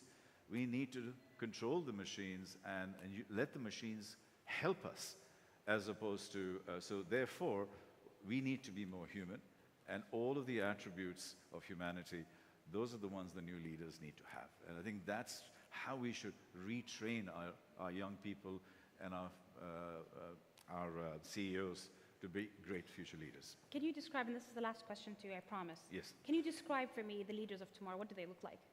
The leaders of tomorrow would be the kind of people who are totally internally purpose-driven. They are driven through passion. So I'll give you an example. Greta Thunberg, I mean, you obviously must have seen her, met her at the World Economic Forum. These are the kinds of leaders, we are uncomfortable with them, and that's okay. But they are the ones who are bringing about change. So those are the kinds of leaders. If you look at a lot of young people, the Gen Z, but now Gen Alpha, which is the year 2010 afterwards, they are actually thinking completely differently. So leadership will be redefined in a more holistic manner, in a more shared manner, and our world is going to be changing very, very rapidly right in front of our eyes. So humanity, authenticity, passion, and an inner belief to be able to serve. I'd like to also shout out, there's two young, amazing people who I spoke to in the coffee break. I'm not sure if they're still here. Julend and his sister. Are you still here in the room? Fantastic. I just met two amazing people who, one of them is the youngest Omani Harvard graduate. I am so sad that I never bumped into this young man before. I feel really bad that I don't know about him. Where is he? I don't know who to blame. But yeah, this young gentleman. Yeah, I'm not sure. He's gone. Well, he's 29. He's already too old. He's already become a sausage. Seriously, you need a 22-year-old. Going back to the youth and the youth leaders, I'm going to go back to Fahad for this question. Fahad, you've successfully empowered many young Omani youth. You just mentioned the statistics here. Out of 50 people, 83% are Omanis, and some of which are the C-suite. Basically, Yunus, I think, is the new CEO. Young man, and he's got a lot of, you've got a female as well in the C level as well. So the VP. So you've empowered a lot of young Omani people. My question to you is, why is it important to empower the Omani youth, and what is the best way to do it? Well, as I said, and I mentioned and I stated my difficulties in finding the right Omanis in our field. And whenever I find them, I hold on to them, and I make sure that I empower them. And this is part of my strategical vision that I have built for my company, is to make sure that I don't stay involved in the operations of the company, and I let go and just be a founder or an owner. And in order to do that, whenever I used to hire, when I was hiring myself, I stopped doing that 2 years ago, except for managers and above. I always made sure that the person who is being hired that can represent the company in all directions, emotionally, the way he presents himself, the way they talk, the way, it's not necessarily the experience or the college degree that they have, but it's more about the attitude and the life skills and the social intelligence and all that. And alhamdulillah, we've managed to find the right people. And I can tell you that I don't know a lot about Oman's office today. So I just know. So you really passed on. Yeah, fully 100% is already passed on. I just do business development on a higher level. I just bring more projects and more clients, because at the end, you know, our culture here in Oman is driven by relation. So people will always want to do business with Fahad, not Tibian. So, but I try to push them after signing the deal or sealing the contract. So this is the way I use, this is the strategy I use when I empower Omanis. And we do that hiring for for something else in the future. So we'll probably, for example, we'll hire a property consultant. But we know that this property consultant will be a sales manager 3-4 years down the line. So this is also one of the strategies. Fahad, sorry to interrupt, just to keep on time. In 15 seconds, just to follow up, what would you tell a young person about to enter the workforce in an uncertain time? And then the last question will be general for all the panelists. What would you tell a young person at an uncertain time, entering the workforce? Define your ocean and swim there. Let's put it there. Okay, now I'm going to go to the last question, which is actually going to be the opening for the Q&A session. If we can, I don't mind even putting that question on the screen. We have seen recently how the government has taken long strides in attracting foreign investment opportunities and exerted huge efforts in diversifying Oman's economy.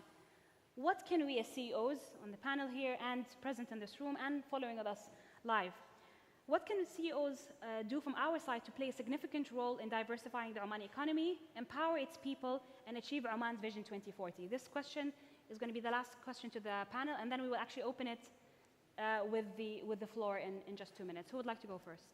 Ladies first. A lot has to happen.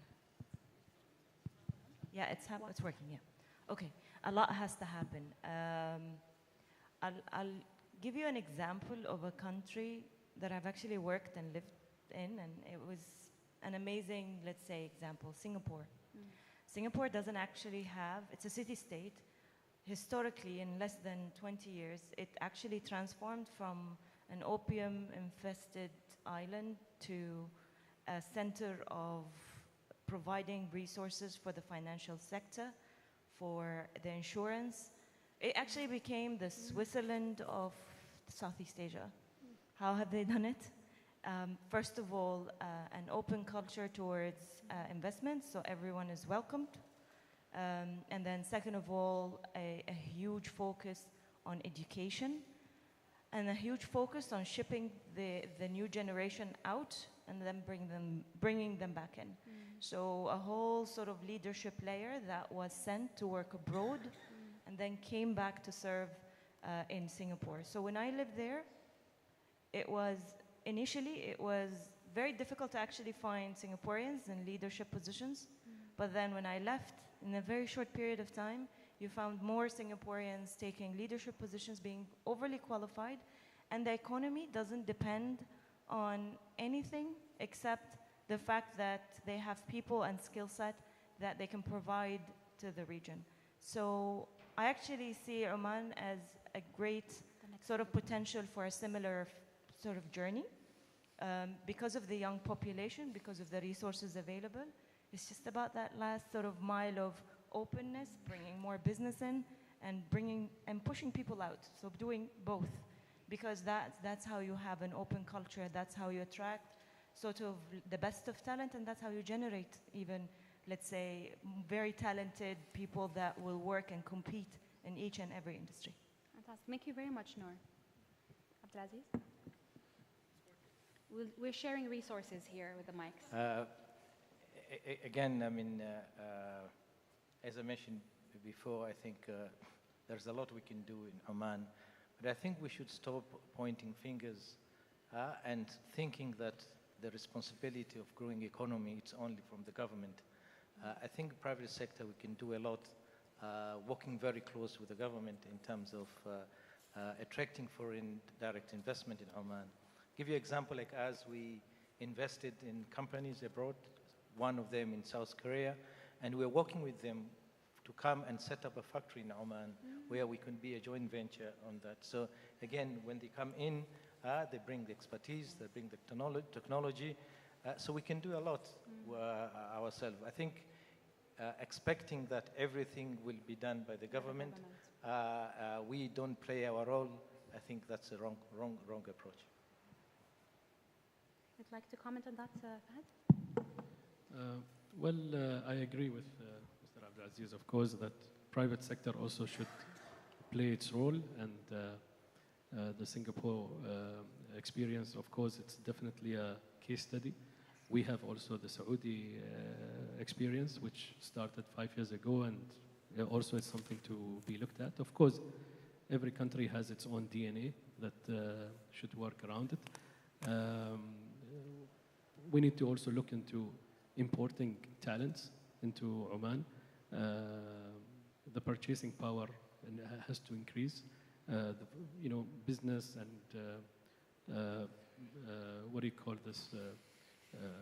Entrepreneurship and all that. It all depends highly on population. So our purchasing power is still under the age of 23. So until that population become a purchasing power, we need to have a stronger diversity of, let's say, purchasing power. Thank you. Thank you very much, Tariq. Yes. I always believe that Oman has an unfair advantage in terms of geography, location, youth population, open seas, the whole thing. And I think this is really, and I think Mr. Abdulaziz, you mentioned rightly, it's the private sector that will drive it. Size doesn't matter anymore. A 5 million population is large enough, small enough, it's fine. I'm working on bringing MIT Media Lab to the country to help to build a research center. They declined Dubai, and they would rather look at markets like Singapore and perhaps Oman. We need pure research. We need that energy that's created, number one. Number two is we're living in a digital world.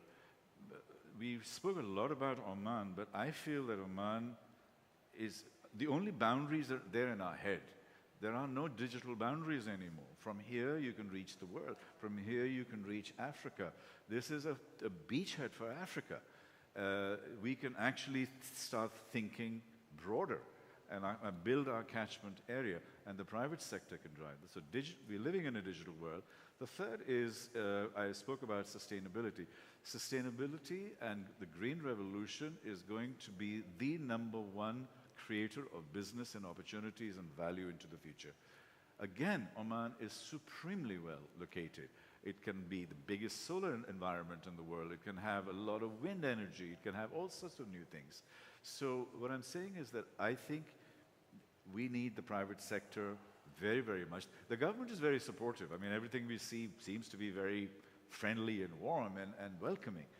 The rest is really up to us. And I always use this rule. This is God, nature, we don't, but one finger pointing there, but 3 fingers are pointing at you.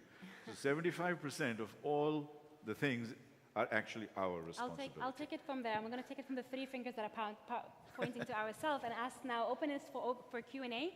So we have a 30 minutes open discussion. If you have any questions, you can just raise your hands. We'll get the mics.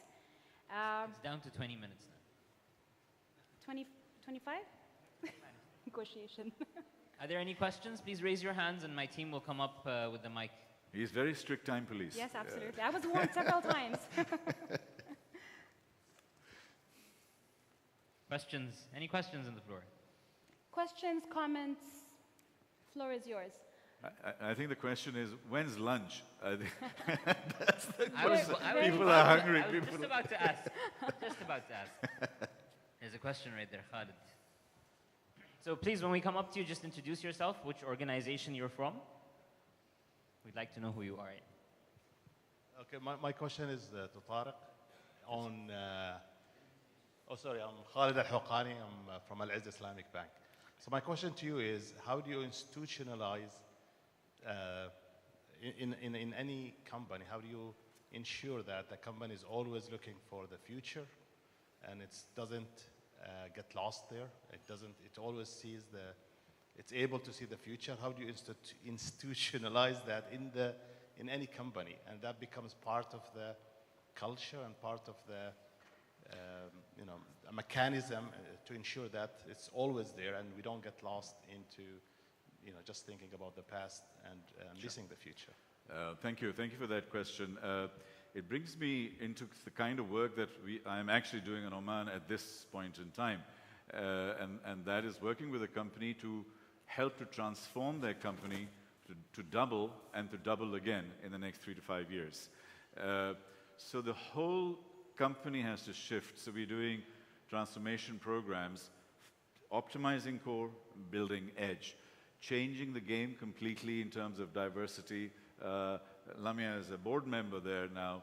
We're running. So all we're doing is basically creating a very formal process to bring about what I would call structural change within organizations. And we've done this in 40, 50 companies all over the world. It's cultural shift at scale. And that there are programs and stuff like that that can be brought in. It's not the usual change management program. It's much, much more than that.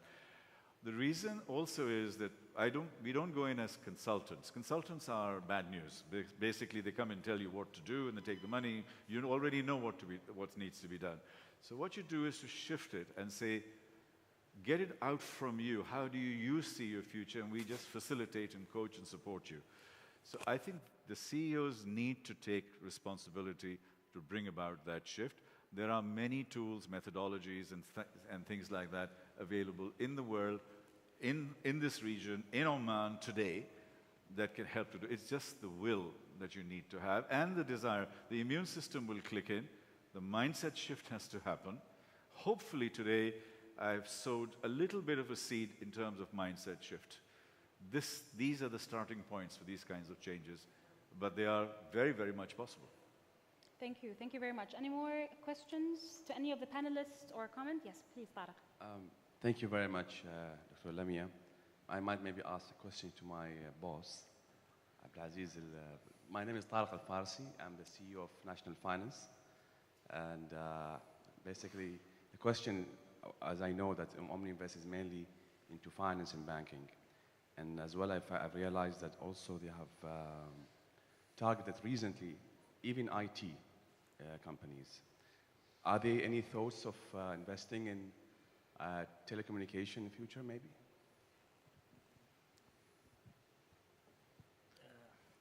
Unfortunately, we don't discuss any targeted company in public. No, we open to invest in any company, but to be specific, whether you're going to invest in technology company, I say no for two reasons. One, we cannot afford them; they are too big, so we can't do anything on that. But the second is not really the area where we have core competencies at this point of time. I must say I'm really impressed how the staff of Omnivest, because I've been trying to do a lot of deep diving and asking, and everybody says, we're not allowed to say that yet. It's not it's not information that's in the market yet. I'm like, wow, disciplined. my attempts didn't work. Any more questions for any of the panelists? Yes, please. Oh, over here and then over there, please. Assalamu alaikum. I'm Mohammed from Tehran Al-Salam. And I'm very hesitant to ask this question or raise this issue, but I guess, you know, I have the courage enough after I consulted my neighbor. What you have discussed and mentioned about Omanization makes, you know, very good sense, and we are very proud in Salam Air. We are more than 65% Omanization, and we've just did a promise for every license holder, which is more than 100 license holder, to train them and make them ready for the job. And that's a very good step and going forward. But I guess, I hope I'm not only the one that feels pain in this room. We have some of the rules and regulation in this country that will never allow us to be somewhere like Singapore or, you know, other countries. Because once you have people who have a job and they're guaranteed, and you cannot take them out of the system and replace them with better talents, people who'd like to work and move on. And you always have to carry them because all the rules behind them guarantees them that job. It's very you know, difficult to manage. And for people, you know, when people don't have that job security and they have something for guaranteed, not they are bad people, but you know, they tend to lay out. You know, everybody would like to get a bit more, get better title, without doing anything. And I think as a business, and this is very unique, I didn't have these issues in the countries I worked in the past, where somebody does not perform, it's very clear, you call him, goodbye, and he goes. Here, you do that, they go to the ministry, they go into cases. We have people who abused and, you know, the system completely. And we've been with court with them. We won the case after 3 years, but 3 years of courts and lawyers and all these things just to, get them out because they totally abuse the system. As a business, I much prefer putting a fund away and supporting people who are unemployed, but give me the freedom to recruit whoever I want and, take the bad apples out of the system and bring. Don't get me wrong, I have 95%. I'm, one of the best teams in this country in terms of a business. But the 5% is always there. And we try to change things. Now we've gone, sometimes some of the challenges pushes you into new corners. And as a company, we are work from home 100%. And that eliminated the 5% who are spoiling the motivation within and coming with negative effects. But what I'm saying that we as CEOs on this company, I guess all of us feel, we are all for humanization. We want to support the talent, but we shouldn't protect and keep people who are not performing or not willing to perform, because once you fire them, then they will wake up and their next job they will try a better effort, and that's not happening. I don't know, I hope I'm not the only one. Thank you very much. If I were to kind of capture the core of the essence of your question, it's like we're all for the empowerment of the Omani youth. We are empowering the Omani youth. The numbers speak it. And the question is, what is the best way to empower them without harming the organization and these people? Do you have this question? Is this addressed to any specific panelist, or is it open for whoever has a comment? Yes, Tabari Noor. I think you spoke about the elephant in the room. So, but I'll also answer maybe the big question that you've had for everyone on how do you attract international talents. I think if we see our history, I would say GCC, but also specifically in Oman, you would see the diversity of the population that we had, because Omanis used to go jump on a ship, and they used to go all the way to Africa, all the way to India, and that's why even I was working in in Indonesia, and a gentleman came to me. He looks Indonesian, and then he's speaking to me in perfect Omani accent, and he's actually from Oman. Why? Because his ancestors came from Oman. This country was built based on the pioneers that actually have traveled the sea. They traded, so it was not government, it was private sector. And it was built on trade and on openness, and people came to Oman and traded, and Omanis went outside and traded, and this is the honest truth of business. It's not about regulations, it's not about finding really nice environment or rules, it's all about the honesty of business. And I think we forget that. I mean, we struggle sometimes with some employees that don't want to leave Muscat, while Oman is big, that has actually regions everywhere. So yes, this is a challenge that we have. I'm not saying it's not a challenge, but I think because we went away from what we were before, an economy that was open, it worked everywhere, not just in Oman, because no one can live in an isolated island, but also there were pioneers that dared to go and work very far away. So, and I think this is, if we come back to this, we solve our current problem. The further away we come, we go away from our roots and how we actually were created as a region, as Oman, as Qatar, as Kuwait, all of us.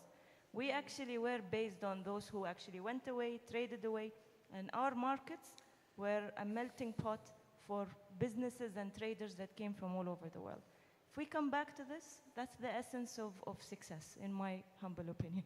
Thank you very much. Any comments relating back to the question of what can be, is that a question or a comment? Shall we move on to the next question? Okay, we'll take the next question, please. Please introduce yourself. Thank you, Anwar Al-Batashi. I work for OQ. I'm leading development of a green hydrogen project, so I echo what Tarek said earlier on. Green is the future and green is now. But thank you, first things first, to Oman Arab Bank, Al-Iz, and Ominvest for setting up this informative and out-of-the-norm panel whereby we can challenge each other and learn from each other. You talked about Davos earlier on, and Bill Gates often talked and says that the next pandemic is not too far away.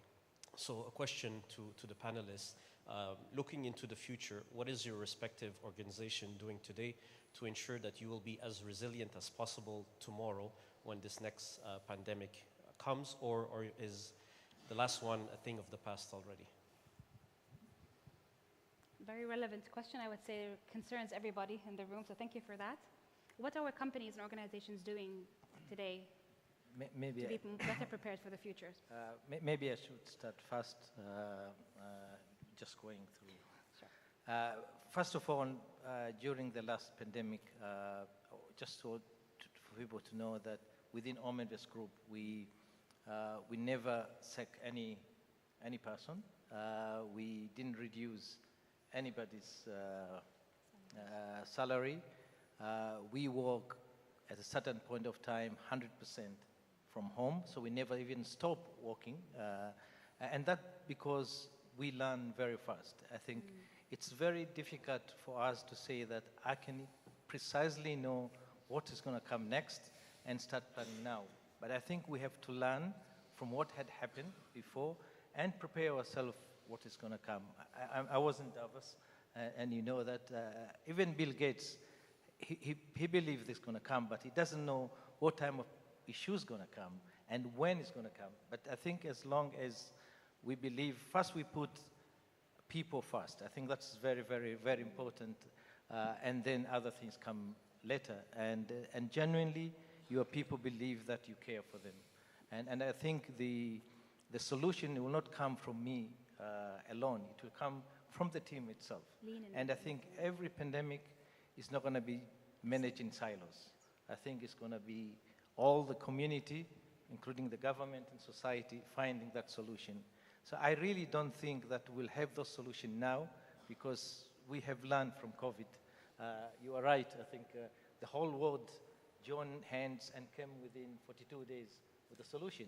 But if we just left it to one organization, probably we're not going to have a vaccine till today. So I think it's collective effort that will make us pass through another pandemic. Thank you.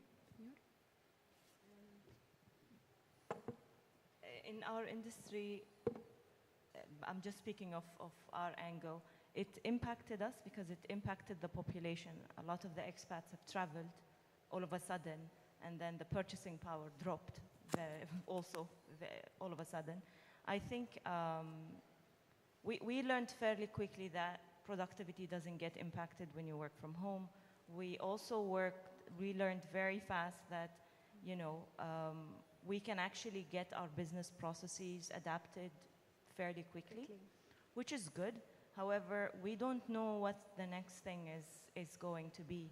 And just being able to be ready, being able to respond fast, gives us that, let's say, faith that if something, inshallah, la qadar Allah, was to happen, we will react fairly fast and we will adapt again. So from that perspective, I think, inshallah, whatever happens, it's all about our ability to move as fast as possible and to adapt and change what we actually do for, you know, to run our business. So the first two CEOs on the table said, you know, on the stage, that it's about mostly being lean and agile and being able to adapt to the accelerating, you know, speed of change. Because we saw that we did it. I mean, there's a character which really makes me laugh. It says, what was the major reason for your digital transformation in your company? Your chief technology officer, your chief this officer, COVID. and it says coronavirus, exactly. And it was COVID, because it literally forced all the organizations, whether they like it or not, to be prepared, and they made it. So it actually was a lesson. It was actually a beautiful lesson. It's a very positive lesson that actually helped us or forced us to change our mindset that what we once thought was difficult or take a very long time, if we put our mind to it, it can take 48 hours. So that's a very strong message, and I think Tariq, you have something to say. Yes, am I allowed to make a controversial political statement? Well, I'm doing it anyway, so if I get into trouble. All of the international organizations, United Nations, World Bank, IMF, all of them were created 80 years ago for a completely different problem, for a completely different time.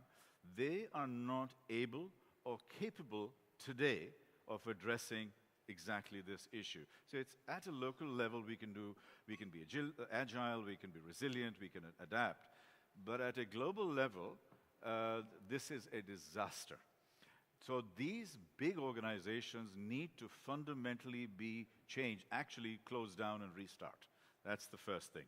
The second is, as far as the politics are concerned, related to what I would call capitalism, the governments were supporting the initial investment to create the COVID vaccine.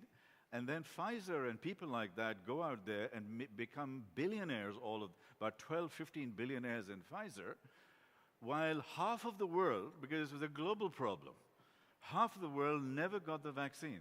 It should be available openly. So what I'm saying is, as an activist here, is that we should, as a global organization, not organization, a diaspora of all of us, say that if this thing happens again, collective intelligence brings about collective solutions. That should be available for humanity, not for the people who can afford it. And I think those are the kinds of big shifts that we need to have in the world today. And those are the kinds of difficult questions we need to ask if we have to be ready for the next pandemic. Because I don't believe the institutions are right, and I don't believe we are ready for that. Individually, we'll be fine. But collectively, it's a big disaster. Sorry. I had to throw talking about the elephants in the room, this is another big elephant. Do you have anything? All right, so then we have, I think, time for 2 more questions, and then we'll go to the last activity before lunch. Please introduce yourself. السلام عليكم. عبد الله البلوشي, أكاديمية عمان للطيران. Very interesting, actually, discussion we're going through. I just would like to elaborate a bit more about, what's been mentioned there regarding the laws and, legislation and regulation, which does have a big challenge overall, the investment and the economy in the country. My question is actually, from experiences that we have seen it there, who should be leading actually the economies? Is the government or the private sector? Because sometimes you can see the private sector, they are actually trying to bring type of industries and type things that's well leading the other worlds, but actually we're facing difficulties in the laws and legislation in the country to implement that things. Who should take the lead? Yes, and who should be taking that lead? This is very crucial, and please, I leave it to you. I think I'll answer that question from practical examples. We have done probably 5 or 6 transactions for the last 7 years, and all of them probably they were against the rules. So we did the merger between Al-Aiz and Oman Arab Bank, and at that time the law didn't support for a bank to have investment more than 5%, and now Bank Al-Aiz is 100% owned by Oman Arab Bank. Basically, we have to be advocate for change. So we went to the central bank, we went to the government, and we told them that we need this change. And we show them the benefit. If you change, this is what will happen. So I think we also have responsibility. When we find opportunity, when we see that the change will benefit everyone, we shouldn't be afraid approaching the government. And we shouldn't accept any answer they come. So it didn't mean that we went to CBO and say we want to have 100% this bank to be owned by another bank, and especially the Islamic bank owned by conventional bank, and have to convince the Sharia board. It wasn't easy. But again, the first reaction, no, this cannot be done. But again, we went more than 3-4 times, again allowing another institution to maintain 49%, where the rule is only 35%. But again, I think it's our responsibility is really to see those laws where we believe they're not helping us and speak about it. I don't think anyone will be penalized. But I think in a structured manner, if we keep talking on corridors or we talk outside, we'll never solve a problem. I think labor laws, I believe, I agree, they need to be refined. But what are we doing it? What are we doing for those laws to be changed? If you just allow me, I just would like just to add something. Yeah. What I'm talking about is like a new businesses we are targeting. We're talking about digitalization, for example, the new businesses, the new futures, how we're going through. And I'll give you just a simple example that, we were facing that.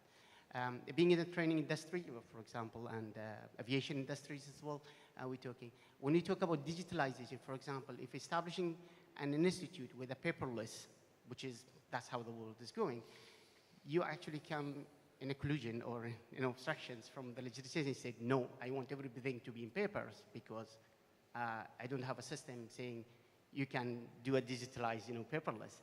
So that's what I'm saying, sometimes I'm talking here as being an CEO, so representing, of course, of the group.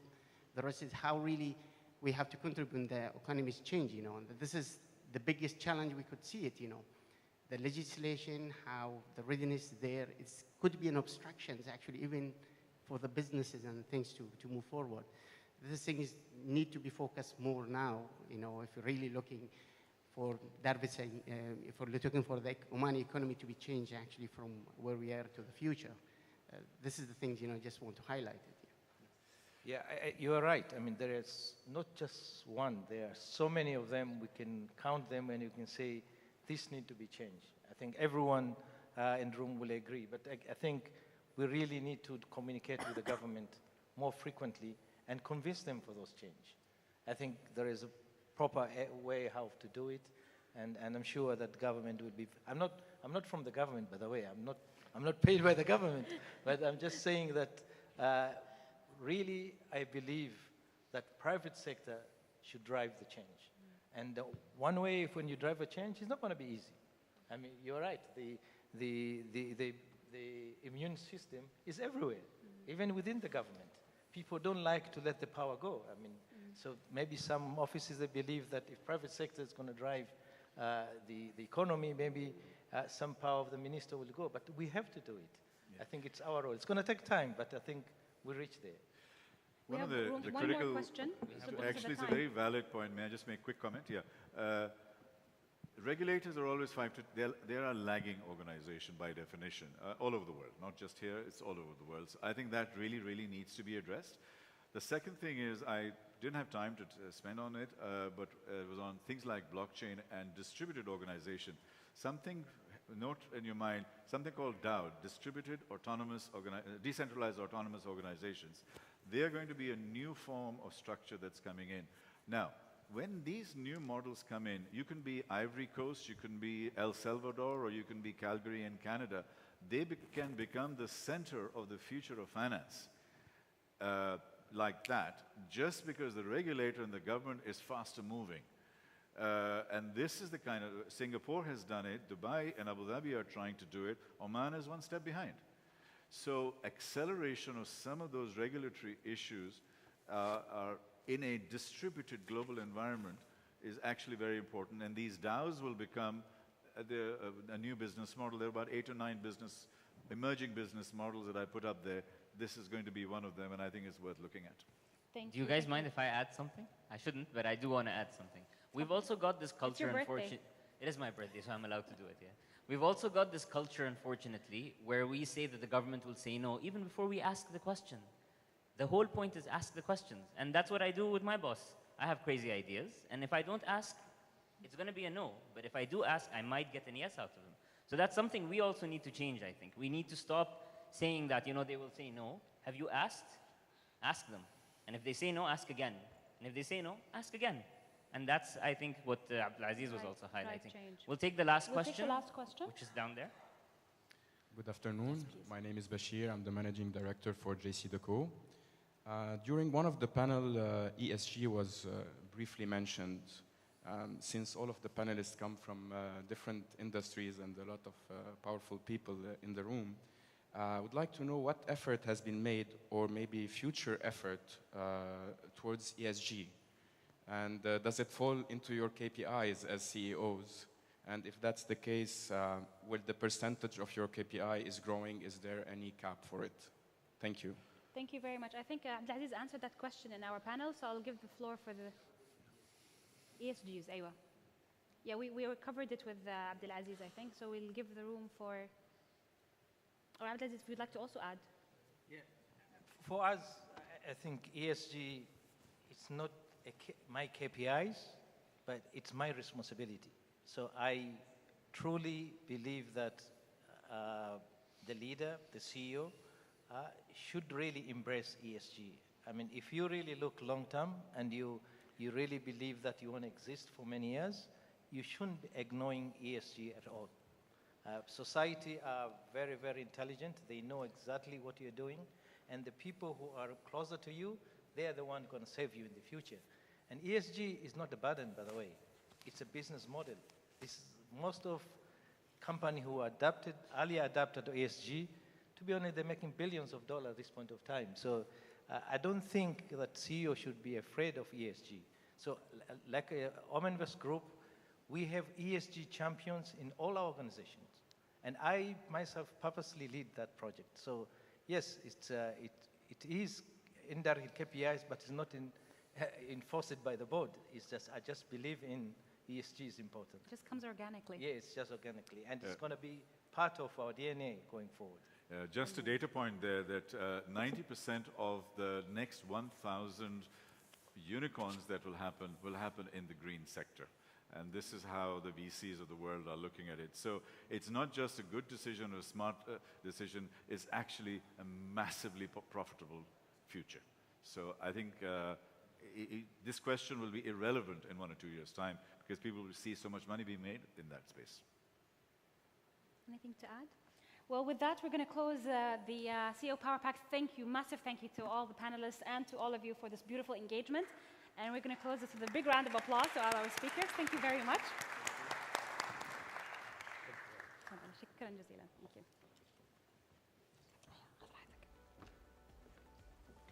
Thank you very much. And we're going to go to the last very tiny activity before we feed you, inshallah. I'm going to quote, actually, end the session with a quote. We must accept finite disappointment, but never lose infinite hope, Martin Luther King. So hope is always there, despite the challenges. We're always hopeful for the future. We're going to go through a very quick activity before we do the closing remarks. Energizer 2, this is going to be quick and sweet, and I promise you I'm not going to make you get up and move. You have flip charts and you have sticky notes on your tables, and what I'm going to ask you to do is imagine that you are in the future, in 2030, and you are writing the headlines for your organization, breaking news. Ooredoo just hired the first robot CFO, or customer care robot, or any kind of crazy outside the box, something that you're not used to, or something that you don't feel comfortable with. So imagine your organization. Discussions can happen in pairs, but then I want you to write them on those colored sticky notes, because we're going to then put them on the flip chart and stick them on the wall of the future. Just a couple of minutes. Imagine that you are in 2030 and you're sharing the headlines of your organization to BBC or CNN. You can discuss in pairs. Imagine that it's 2030 and you're writing breaking news about your organization. Ooredoo first time hires a robot CFO. مثلا. That's a good one there. There'll be a new media. True. All right, just a few minutes. Discuss and write. I'm going to ask a few then to share some of those breaking news with us.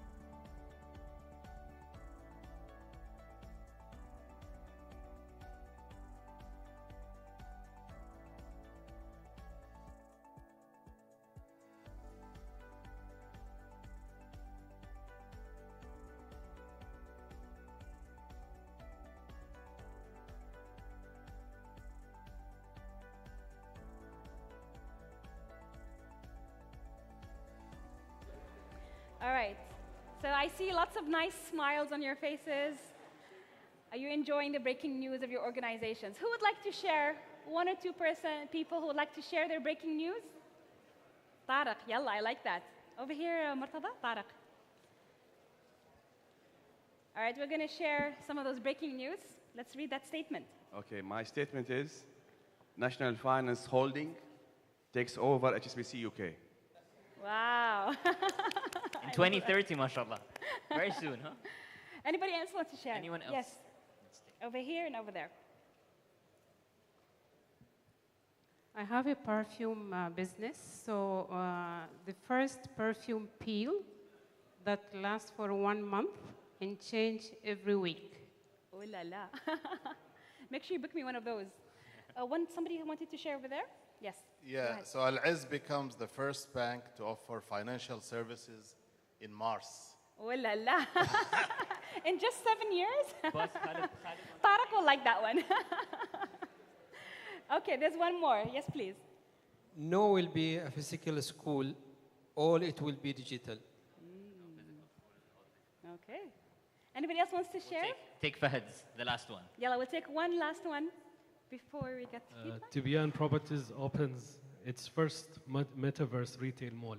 Ah, lovely. Very doable. One Inshallah. more? There's somebody who raised his hand and right at the back over there. You'd like to share your breaking news? Mustafa. Mustafa Mustafa. wants to share.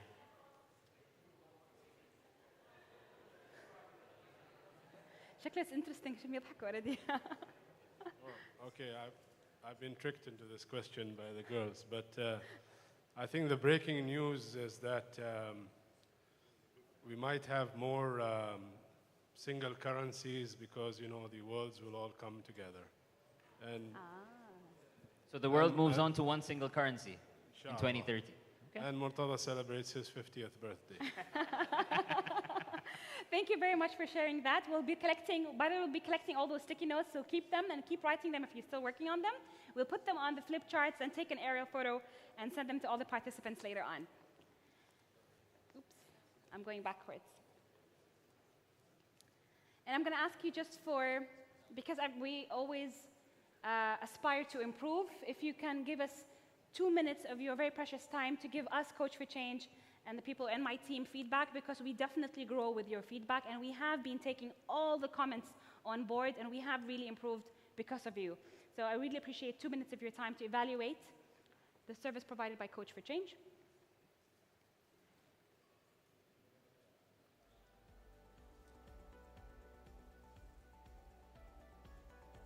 Music is good.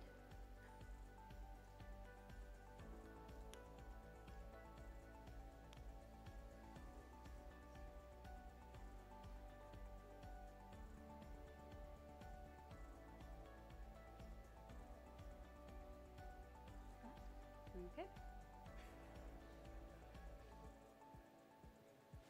To contact the Coach for Change, this is our card, but we also have physical cards on the tables. Just 5 seconds. And last but not least, closing remarks by Ustad Sulaiman Al-Harthi. We'd love to hear from you, your thoughts from today's event and your takeaway messages. And by that, I'm going to thank everybody for your patience in listening to me talk since 9 o'clock in the morning. It was such an honor and such a pleasure to engage with all of you, and we're very happy to interact, inshallah, and I'm going to leave the floor to Ustad Sulaiman. Guys, please, a big round of applause for Dr. Lamia Al-Hajj.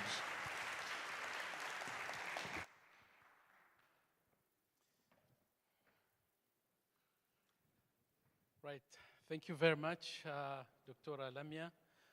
I think Coach for Change and Dr. Lamia and her team have done a marvelous job. Thank you very much for your hard work. And Dr. Lamia was, I think for 2 or 3 months, really, we were interacting about this session.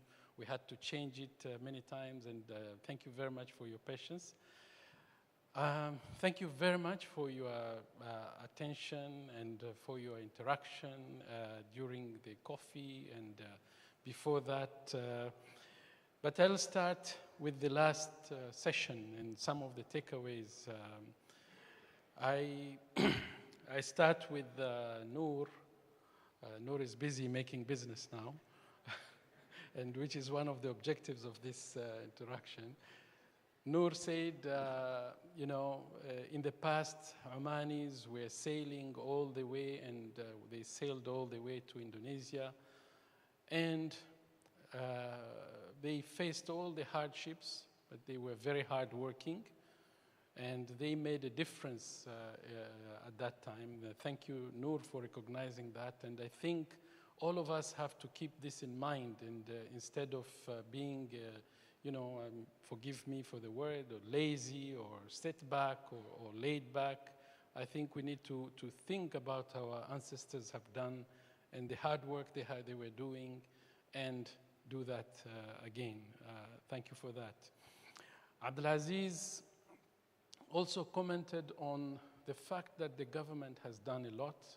The government is really trying at all levels, from His Majesty, and His Majesty, we have realized when he came into power, he did a lot of transformation, he did a lot of changes in the regulations, and he is, now we have seen in the last month, I think 2 presidents have come, and all these presidents are coming with one focus: invest in Oman. And one thing I think that I like about Abdulaziz, and remind me about what Stephen Covey said, if you think that the problem is out there, that thought itself is a problem. So what is it for us as a private sector? What is it that we need to do? And what we actually have to do to work together with the government in the government's plans, and Then Tariq, I think, mentioned about the 5 F's of failure, and that we should not be afraid of failure, and failure is a step forward, is not, So that is a very good, thing to take away with. Fahad, a young Omani who started on his own and struggled, worked very hard, and now he is thinking about taking his business to the next level. He's thinking about going abroad and working abroad and exploring new markets. And this is what really we need to think about, exploring new markets. So, as you can see, I mean, the topics, the speakers were very, very carefully selected, and to leave us with some messages here and there. And Dr. Lamia showed the companies that failed and how these companies that had, myopia, they didn't see what was coming, and they couldn't change enough to cope with the transformation. And one more thing that I really liked is, the concept of, or the analogy of the eagle, and how the eagle, re-energizes or rediscovers itself, and takes a pain that lasts for 150 days to live another 30 years. That was a very, very strong message. I will not take long to be, I think I'm between this talk and lunch, but one very, very important thing that is very, very close to my heart are the children of special needs. They have a table outside, so if you have not taken a form to contribute even 100 Beza, will be highly, highly appreciated. So with this, we close today's event, and thank you again. Thank you very, very much. Forgot to thank the team that have put these together. Our team from Oman Arab Bank, led by Lean. Where is Lean? Okay, somewhere back. And of course, Murtada and your team that has done a wonderful job. And also a big thanks to Rosnaf with Azza there. She has done a wonderful job of putting things together. Thank you very much, everybody, and have a nice day. Thank you, everyone. Lunch is now served. You can help yourself.